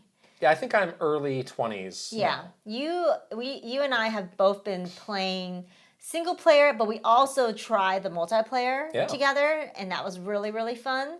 But both ways are really fun. Like the single player is really fun as well. Like I've been loving this. I think it's such a cool Splatoon experience. And for me, I am one of those people. Like I'll play Splatoon online if we're doing like a meetup with our community. But outside of that, I'm not. You don't like the ranked modes. I don't ever play any ranked modes because that's scary. Right. I also am pretty embarrassed when I play just normal like Turf War. Why? Because I'm so bad at this game, and it's embarrassing when you have like your stats and you're like, you're that bad? I'm last. Every time? Oh, I didn't know that. I'm not good at this. Okay. So It's a I shame. do like the single player options in Splatoon, and this is fun because like it's more so about like playing it, and then like if you don't beat it, it's not that bad. You can like go back and tinker around with your weapon setup and all your little gear things and like level up and make something better, get a better weapon and then try again. So it's almost like, like a roguelike game or whatever. So I like that kind of game loop a lot more. Like that's like I love a game like Hades. This is like this exactly like that. It's like okay, it's okay. I didn't beat that boss, but I can go back and like do something, to my character to make it better the next time. And then of course, like playing together, that was great because it's like, someone else can help me do this. Yeah. It was so fun. Like it was great too because, like you were saying, this is a great game for people with short attention spans. Yes. Like you can just keep going through those missions. There is no natural I'm gonna stop point in this game. And I kept for like the whole night. I was like, one more, and then like 3 hours went by, and I was like, oh, we really should stop now. It was like really late. But we had the game chat going. That's great. Yeah. We smushed our C buttons, and it was fun. What build are you using at the moment? I am a speed build. Speed tank, okay. Speed tank. So I've not used a speed tank at all. What are the gizmos you've got? I got the boomerang, which is a new I saw you doing gizmo that I really like. That's cool. It's really cool. It's like a little fan that kind of goes. And then I got the other one which is like it kind of propels you, the character, up, and then there's like a reticle, like a pretty big reticle that pops up, and you can kind of aim it, and then you can like come down and do a big splash. Are you shooting from up there, or do you just come down and... You just come down and... Oh, that's kind of similar to the one I have now. I like that one because some of those enemies are like blocked in the front, so you can use that and get behind them. Oh, okay. So I've been using it to do that. Yeah. There's another one that I have, which is sort of like this like dash bomb. I didn't like that one as much, but it was fun. It was fine. Yeah. I switched that out for the boomerang. But I really like the speed tank. I've already upgraded it a couple times. Yeah. We did notice that like on the sort of the bigger raid levels, like it gives you check marks in different treasure if you go with different tanks. Yes. Yeah. So you are kind of incentivized to change your tanks around. I had been using the power tank, but just last night I was like, let me try out because I was kind of getting close to maxing all that out actually, and the game was like, hey, you should try some another different one. tanks. So I tried tactical. I tried the tactical one, which was actually really cool. Nice. Especially in single player because there's a lot of like turret type things that you can do. So there's like that rice cooker one that is literally a turret. Yeah. And then I had this other one that like, I don't know, the little preview they give you doesn't really explain it very well, but basically it's this device that shoots out like 5 just straight lines, narrow straight lines of ink, but just kind of stays in that position for like 8 to 10 seconds, and it's just like slowly like doing damage to all of these things. So between those two, like in single player, it's like, yeah, I can just leave that. Crowd control yes. easily. Yeah, so I was like, I actually really like this combination. So I might stick with that, and I think I'll go back and do some of those the other levels challenges and level some of those things up, because I do like that. I'm not super interested in the speed one at the moment, but who knows, maybe when I like the speed one level it up, I will be. I got the dualies now, so I got dualies. What is it with you and the dualies? I love the dualies because I do the dash roll. I love the dash roll. Do you really use that? Yes, I use it all the time. Okay. I'm bad at it. Again, I have bad aim, and I'm bad at it. All right. Although the gaming pillow that I have has made it so fun to play Splatoon, because I used to do that stupid thing where I prop it up on an actual pillow. Right. Remember? Yes, I do. And then I do the Joy-Con, loose Joy-Con. Yeah. So now I have the gaming pillow, which is great, and then I can do my loose Joy-Con. Okay. I got the game chat going. I'm like, yeah, this is great. There's a lot happening. It's fun. It's so fun. And now that I've gone a little further, I've also upgraded my little hub area, so now I can customize more things. It's fun to like tinker around. Like we were doing that between runs. Like we were like, oh, let's like go and like build new stuff, and like so that was neat that you have a little like that was a fun game loop where you play a level and then come back with all your like your treasures and your haul or whatever, and then you can go like level something up or tinker around and then like try out new weapons. You started trying out like this more like shotgun. I think it's called the blaster. The blaster. I was liking that. You like that? That worked well with the power. I did the bow and arrow for a while. Oh, was that going well? That was going well in single player mode. Not so great in multiplayer mode.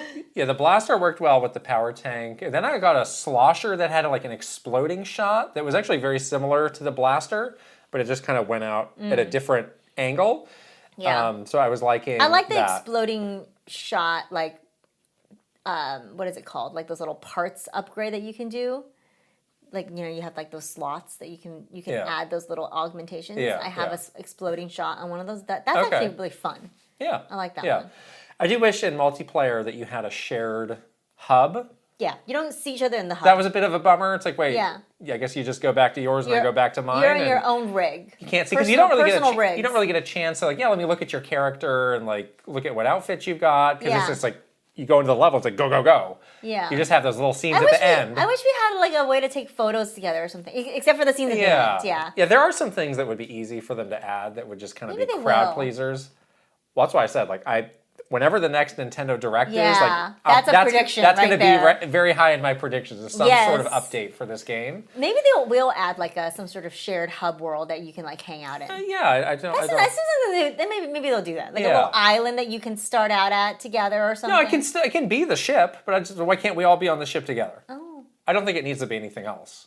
Oh. Yeah. Why can't? Because you can just upgrade your stuff on whoever's ship.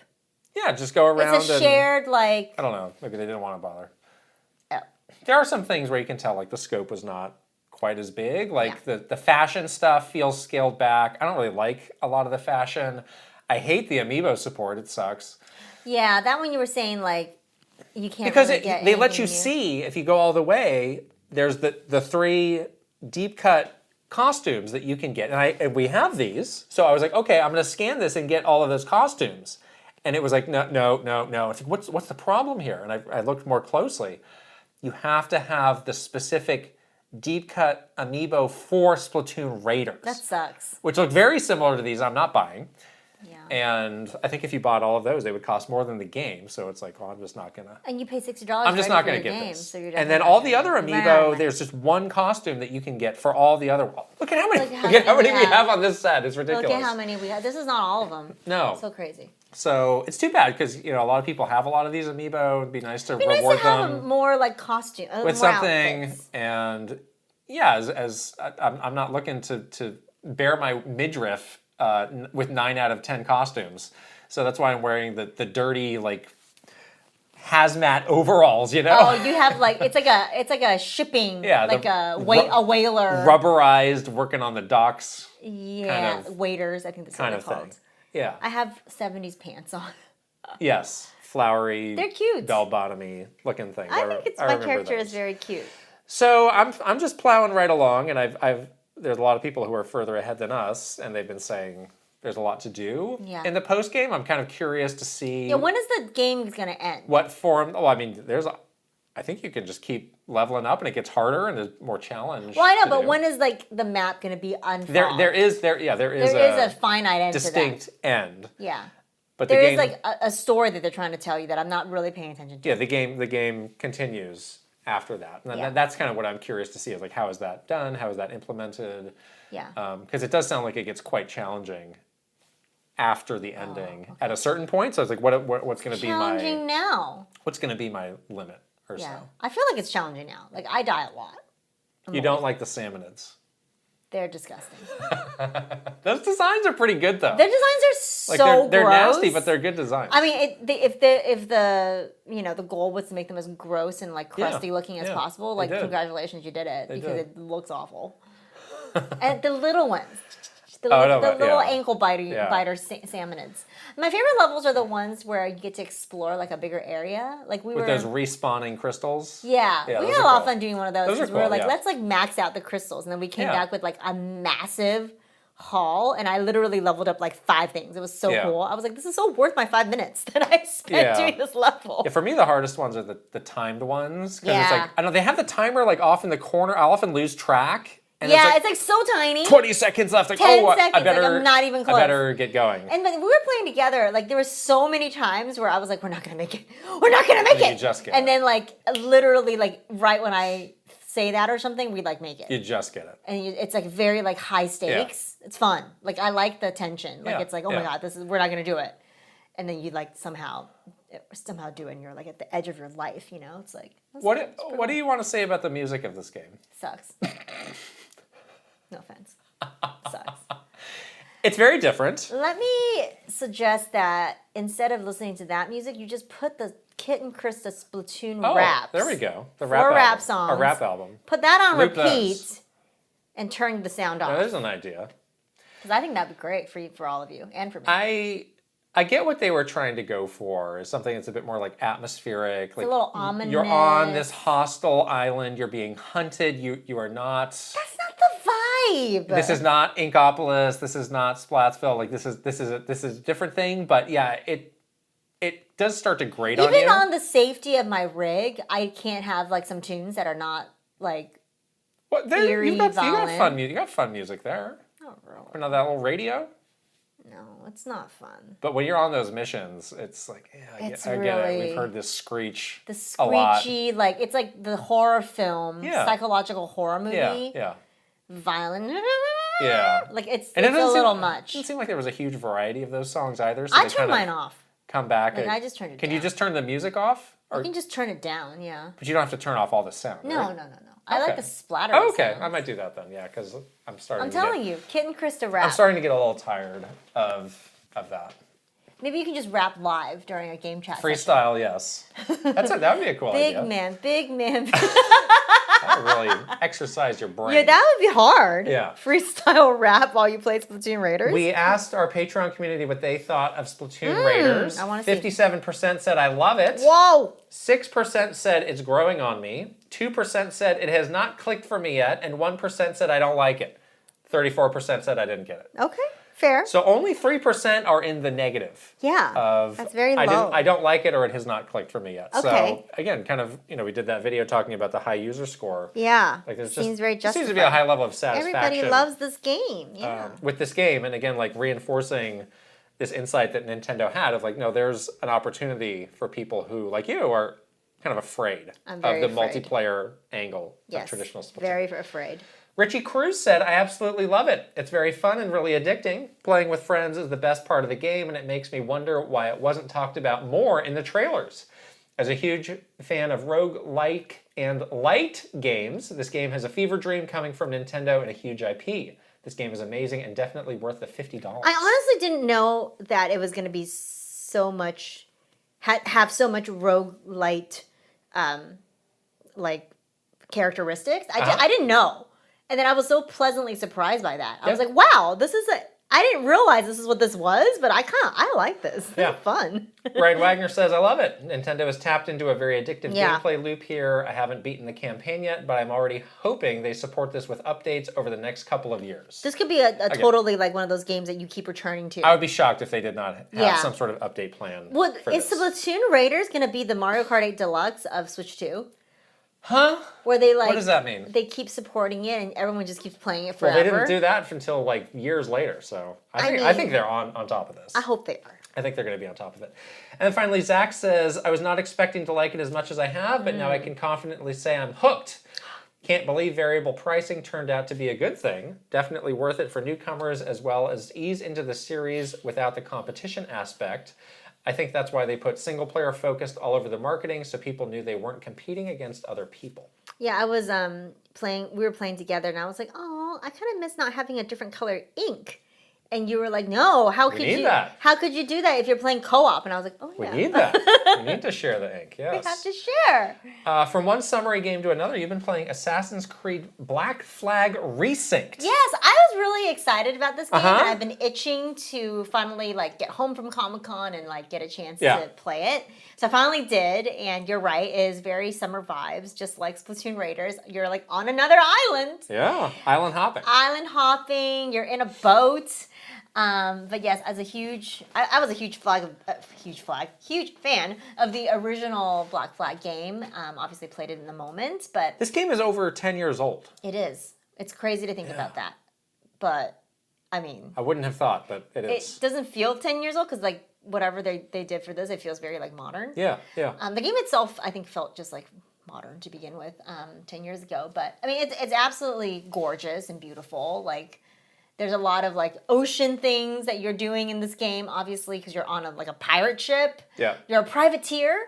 So that looks fantastic. The other cool thing is when you dive into the water, it's like diving in like, the Bahamas where you see like all the coral very reefs, detailed. Super detailed. Like, and there's like treasure down there, right? Yeah. Like, there are some things There's to like find. harpooning that you can do to like fights and stuff down Yeah, I there. remember all of the like... animal. Yeah. It's like, Sharks. We're going whaling, like all of that stuff. There's some it's weird animal things. It's like, wow, animal cruelty. That's very detailed. I won't be whaling. We need to light our candles though. I don't care. It's Yeah, I remember I was be nice to the sea creatures. I was impressed that they had that in the original game. Yeah. So that's cool that it's even more like it looks so vibrant nice, and like colorful. The first time you dive under the water and the new with the new graphics, you're Yeah. like, whoa, this is crazy looking. Nice. I've made it to Havana. You're playing on PS5, we should say. PS5, This game is not on the Switch No. 2. No. Why do you think that? Maybe Why do you it think will that eventually. is? I don't know anything about Shadows over. Does this look any better than Assassin's Creed Shadows did on the PS5? No. Does it seem to be any more taxing? No. What's the deal? Maybe the water is hard? I don't know. I don't know. Jeez. Not a priority. They should bring it to Switch 2. That'd be great. But I am playing on a PS5. I made it to Havana. Oh. And so I've been like climbing around there and doing missions there. And I mean, the story is great because you're like a true, scallywag privateer. Yeah. You're doing some. I always thought it was cool, like weird the beginning of this game where you find out you are related to one of the characters from Assassin's Creed 3. That's right. Who went to, the colonies that Yes. became the United States. Yes. But then you start this game in England, right? Doesn't this game begin in England? It does not begin in England. What? Maybe I'm misremembering here. You start the game on a boat. Okay. Yeah, but you're on you're like But you are related. Yes, you are. To one of those characters. Yes, you are. Yes. Okay. Yes. Edward. You're Edward. Yeah. Yeah. It's great. I love it. It's so fun so far. I'm gonna keep going. Okay. But also play Splatoon. Okay. Remind me, how long do you have to play before you get your boat? I have one now, but it's time to boat. But it's someone else's boat that I'm borrowing. But you have control of it. You're flying. You're driving it around. You can drive the boat. Yeah. Okay. The time to boat was very fast. It was like 30 minutes. Oh, okay. Nice. That was the best part, where you like because put the honestly, sails up and then you like sail out of that cove into the sea. And the shanties. The shanties. I haven't heard of shanty yet, but those are great. I really like the sea battles. You need to get your own crew first? Maybe. Yeah. The sea battles are fun too. Like lining your boat up, like bombing. As I think, it's fun. As I think of like the prospect of replaying this game, that's actually what I would be interested in doing. Shanties? Less so the Assassin's Creed stuff. More the boat stuff. More just the boat, the exploration, the battles, the boat upgrading. Yeah. Because that stuff was surprisingly great. Well, literally, it took us like months to beat that game because all of us we were just doing boat stuff for like months. And the Assassin's Creed stuff was like a little bit more muted because again there were like no real tall buildings. Right. There is that stuff that they got rid of, like the stealth instant fail. Thank goodness. I remember. So it's very, and you have a lot of options to like turn down your stealth fail options. Yeah, I remember the original game was kind of lousy with that stuff. Now you can just like walk up to them and be like, I'm listening to you. Yeah. If you don't want to do it. You know? Okay. Right. Lastly, when we were at Comic-Con, like we said, we got to check out Nintendo Switch Sports Resort. So we got to talk about that a little bit. They had a demo that had 4 different sports. It was thumb wrestling, wave, jet ski. Is that what that's called? A jet ski? I don't know. Yes. Bowling and archery. Yeah, archery and bowling. And we did all of them except for bowling. Yes. Because bowling, is bowling. Bowling looked almost exactly the same as bowling from the last Switch Sports, and nobody was able to say like what is new or different about it. So we're like, okay, fine, we're okay to skip that. But we played the other 3. Thumb wrestling. Did you like thumb wrestling? I did. You did. Okay. Thumb wrestling was I really fun. like thumb wrestling. Yeah. It was so surprising how much strategy was in thumb wrestling. Yeah. Because it is like it is very difficult. It's like a lot harder than you think. Because if you put your thumb down, you're in danger. So you're you holding. Can get pinned. You're holding the Joy-Con vertically. Yeah. And you need to use the shoulder button to like activate your thumb. Your thumb. Yeah. This is where like some some controllers have those like more analog shoulders. Yeah. It's like that would be really nice for this, so that I could kind of like go go halfway, like so your thumb is not all the way down. Right. Yeah. Because it's a risk reward thing. So it's like you cannot if we both have our thumbs up, you cannot pin the other person. They have to put their thumb down. But then when they put their thumb down, they're in danger. But you have to put your thumb down to like make your thumb bigger. But when you put your thumb down and you are not pinned, your thumb does get bigger and stronger. Yeah. So you gotta kind of fake out. But the you other have person. you have full range of motion of like moving it around. Yeah, it's like angles. You can do the different angles and teasing the other person into thinking like, oh, now's my chance, and then you come around, bam, no, I have you. You were good at that. You got me twice. I shut you out. It was a shutout. It was a shutout. I did the Koizumi. I was like, you can shake out of it. I was shaking. My arm. But was I think you reach a point where you can't shake anymore. My arm was really tired. Yeah. My real life arm. But it was fun, and it had strategy. It did. The strategy part of it was surprisingly deep. I could see that being really fun, kind of in short bursts, like with groups, because it's so off the wall, like with thumb wrestling. Right, exactly. Like who would have thought of that? But it was really fun. cool. Yeah. Apparently, the Rizzler is legendary. The king at thumb wrestling. Okay. Then we did jet skiing, which was not fun. Was not that fun. It just was not slow. It was slow. The controls were fine, but not super exciting because you're just kind of going like left and right. Yeah, it's very boring. The water did not super impress me. Can you just go up the wave? Because look, we want wave race. We want wave race. We want the interaction of the jet ski and the water. And it's just like it ain't that. This was not exciting to me. No, not at all. And then I was surprised that you said you didn't really like archery. Archery was so boring, and the controls didn't work.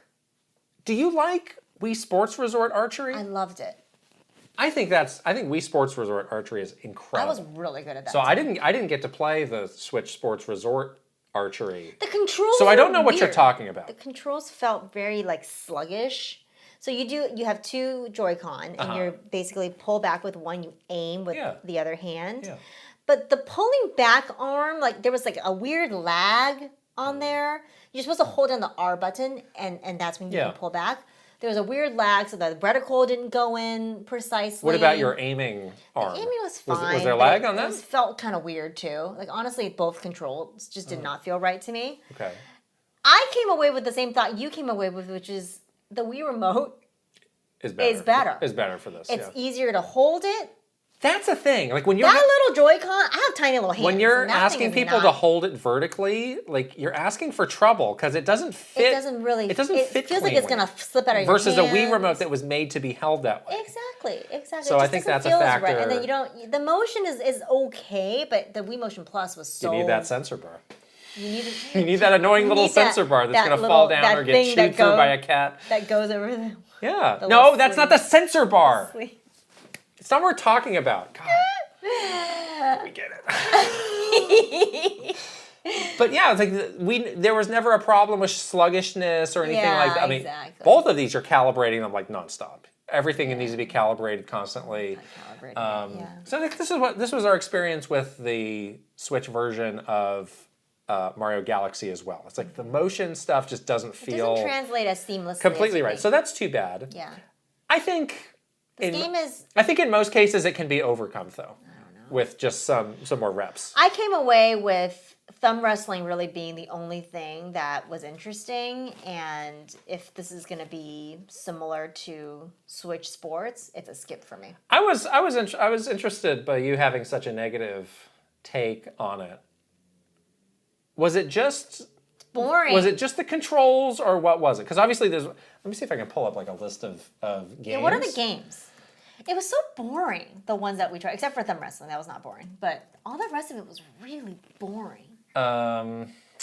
Bowling, the basketball sucks. Basketball sucks. Golf, okay. Tennis. But I can play other golf. Tennis, volleyball, archery, table tennis, power cruising is what they call it. That's what that was, yeah. I guess jet ski is like a trademark thing, maybe. Oh, maybe. Prop plane and boxing. Okay, is that right? I don't want any of those. Oh, and then new additions, skateboarding, thumb wrestling, and jump rope. No.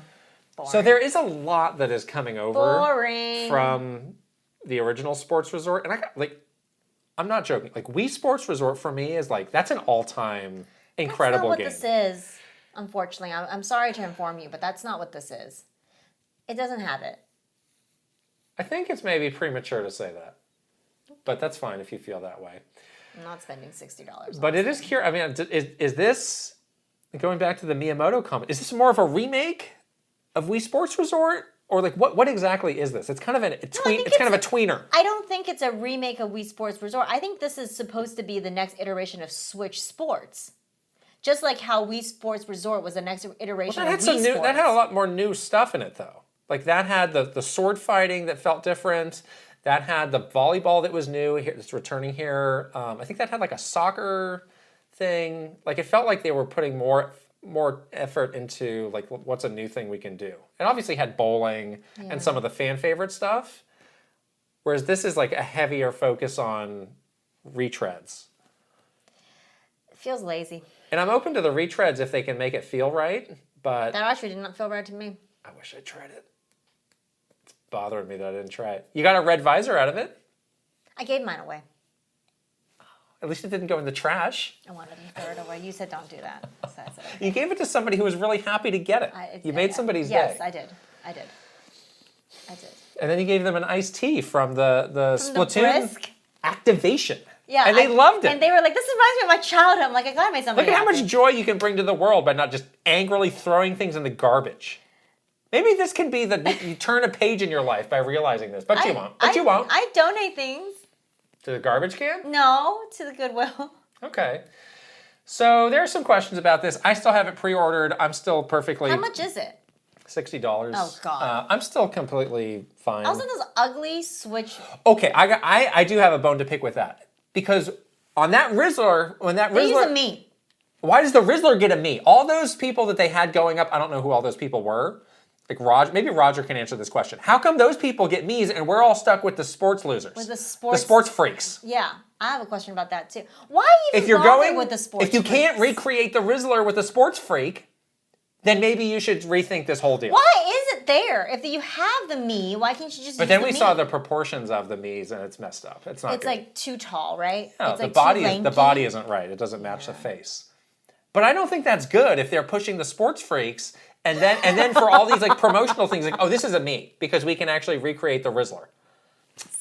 What a ridiculous sentence I just said. That's a sentence that's never been said. First of my bloodline to say that sentence. First of his name. King of the Andals. King of the Rizzler. Oh, man. Oh, anyways. Everybody had very nice things to say about the Rizzler, I should say. He's very sweet. He really cares. He really loves this stuff. He's having a great time. No shade to the Rizzler. Yes. They look like they had fun. More power to the Rizzler. I love it. Yes. I love it for him. Let's take a question from Lynn. Do either of you have any stories on how this managed to happen? And this is referring to the Sephiroth Smash Ultimate reveal at the Game Awards 2020. I feel like I've heard how stingy Square Enix can be with collab situations like these. Do you have any idea how tricky it was to get him in the game, how many hot emails got sent around, and how on earth did anyone convince Nintendo to let this iconic image slide? This is the Luigi Sephiroth gets killed. Stabbed slash murder. Murder, yeah. This was one of my biggest pop-off moments ever, so I'd love to hear how it came to be. Thanks. Were you still doing this by then? Yeah. Oh, no. This was actually okay, honestly, because it's one of those things where everybody gets a free pass because it's Sakurai and it's Smash. Everybody gets a free pass in terms of like the people that usually are very difficult to work with. They've suddenly become very amicable, very easy to work with because it's Smash, because it's Sakurai. Everybody's terrified. Everybody's terrified. We're going to be nice. Yeah. And that's exactly what happened. That Square was just like fall in line. Yeah. So they were very happy. You know, this is one of those things too where like for so long, the way that characters get added to Smash, it's one of those things where it's like, oh, it's because Sakurai loves that character so much. That's why he wants to add it to Smash. That's how he's choosing these characters, because he has this personal connection to these characters. And so you tell that to Square Enix, and they're like, oh, okay, I'll do anything you want. So that's kind of like how it happened. You know, it's like, oh, obviously, you know, Sakurai's pushing for this, and he loves this, and these fighter reveal trailers are sensational, and that's kind of like the tone of all these things. I honestly was pretty surprised by the Luigi murder, but it was explained to me that he was not murdered. I mean, a lot of characters got murdered in these trailers. That's what they said to me. They said that don't worry, he's not dead. He's in the game. He's jumping around. He's happy. Yeah, Look at the smile on his face. Fine. He's just a little maimed, seriously injured. Maybe needs to go to the hospital for a couple he rubs some of dirt days. on it. He's fine. Yeah. It's like, no, we're not killing our characters. Yeah. It's fine. Yeah. But again, all of this can be explained by the one sentence of like, because Sakurai wanted it and everyone's scared, and so they happened. Now, I have a follow-up question for you, because a few weeks ago we talked about the Joker reveal and how you had to hand carry that and nothing was allowed. This is the pandemic. This is 2020. What happened here? This one, I was not involved in like the... But we did not have, like, there was in 2020, like, nobody went. There was no I think you had to just audience. Email it or something. And that was the only way. So we had to get over it. Secure file transfer, I think we got over it. Because, like, what else could you do? There's nobody was leaving the house. No, yeah. No, they I'm gonna do a dead drop in a dumpster outside of Jeff Keighley's house or something, and like shoulder roll back, like 6 feet apart. Yeah. I'm gonna be like, open your baseball glove and catch this. I'm gonna hide it in the IMAX camera. Like, oh, what are we gonna do? Hide in the IMAX camera. Christopher Nolan should check those cameras. Who knows what you left in there? More Smash characters. Yeah, there might be more. Revealed. There might be more. Yeah, no, this was just a normal. Okay. Over the internet. Yes. The very unsecure The pandemic forced our hands. Forced us to do things that we didn't want to do. Yeah. Is there any developer that just gets carte blanche to do whatever? It's him. More than Sakurai? No. And just everybody just like, yes, please? Yes. I'm not looking you in the eye. No. It's absolutely. Don't hit me. Do whatever you want to me. My body is yours. Like, truly. No, I'm serious. There's nobody else. What a life. That's a lot of responsibility, It though. is, yeah. Don't be mean. Don't take advantage now. Yeah. But people want to be part of this. It was not a hard sell. You know what I mean? People want to be part of this. It doesn't matter. All right. He can get whatever he wants. All right. What can he not get? Name a thing that you think he couldn't get. I venture to say. A day off? He doesn't want that. What would he want that he couldn't get? Nothing. I don't know. See? I don't know. See? All right. Wow, what an episode. Don't forget to check us out at patreon.com/Kit and Krysta. We got that Deltarune spoiler cast for Chapter 5 coming. Listen, it's coming very soon at the start of August. Mm-hmm. So get ready. Yes. If you're playing the chapter, it might be time to wrap it up. Yeah. So that you can get that spoiler spoiler cast. Got a lot to say about that chapter in the spoiler cast. It was so funny because you were like, do you think we'll have enough for a full spoiler cast? And by the time we finished recording it, it was like an hour and 20 minutes long. I was like, yeah, I do, actually. Yes. We're also going to be playing Splatoon Raiders together. Yeah, I got a gameplay video. So that's going to be fun on Patreon as well. So Good stuff Watch there. you flounder around in Splatoon. I am very bad at Splatoon. Help! And I just hammer the booyah button. Help me!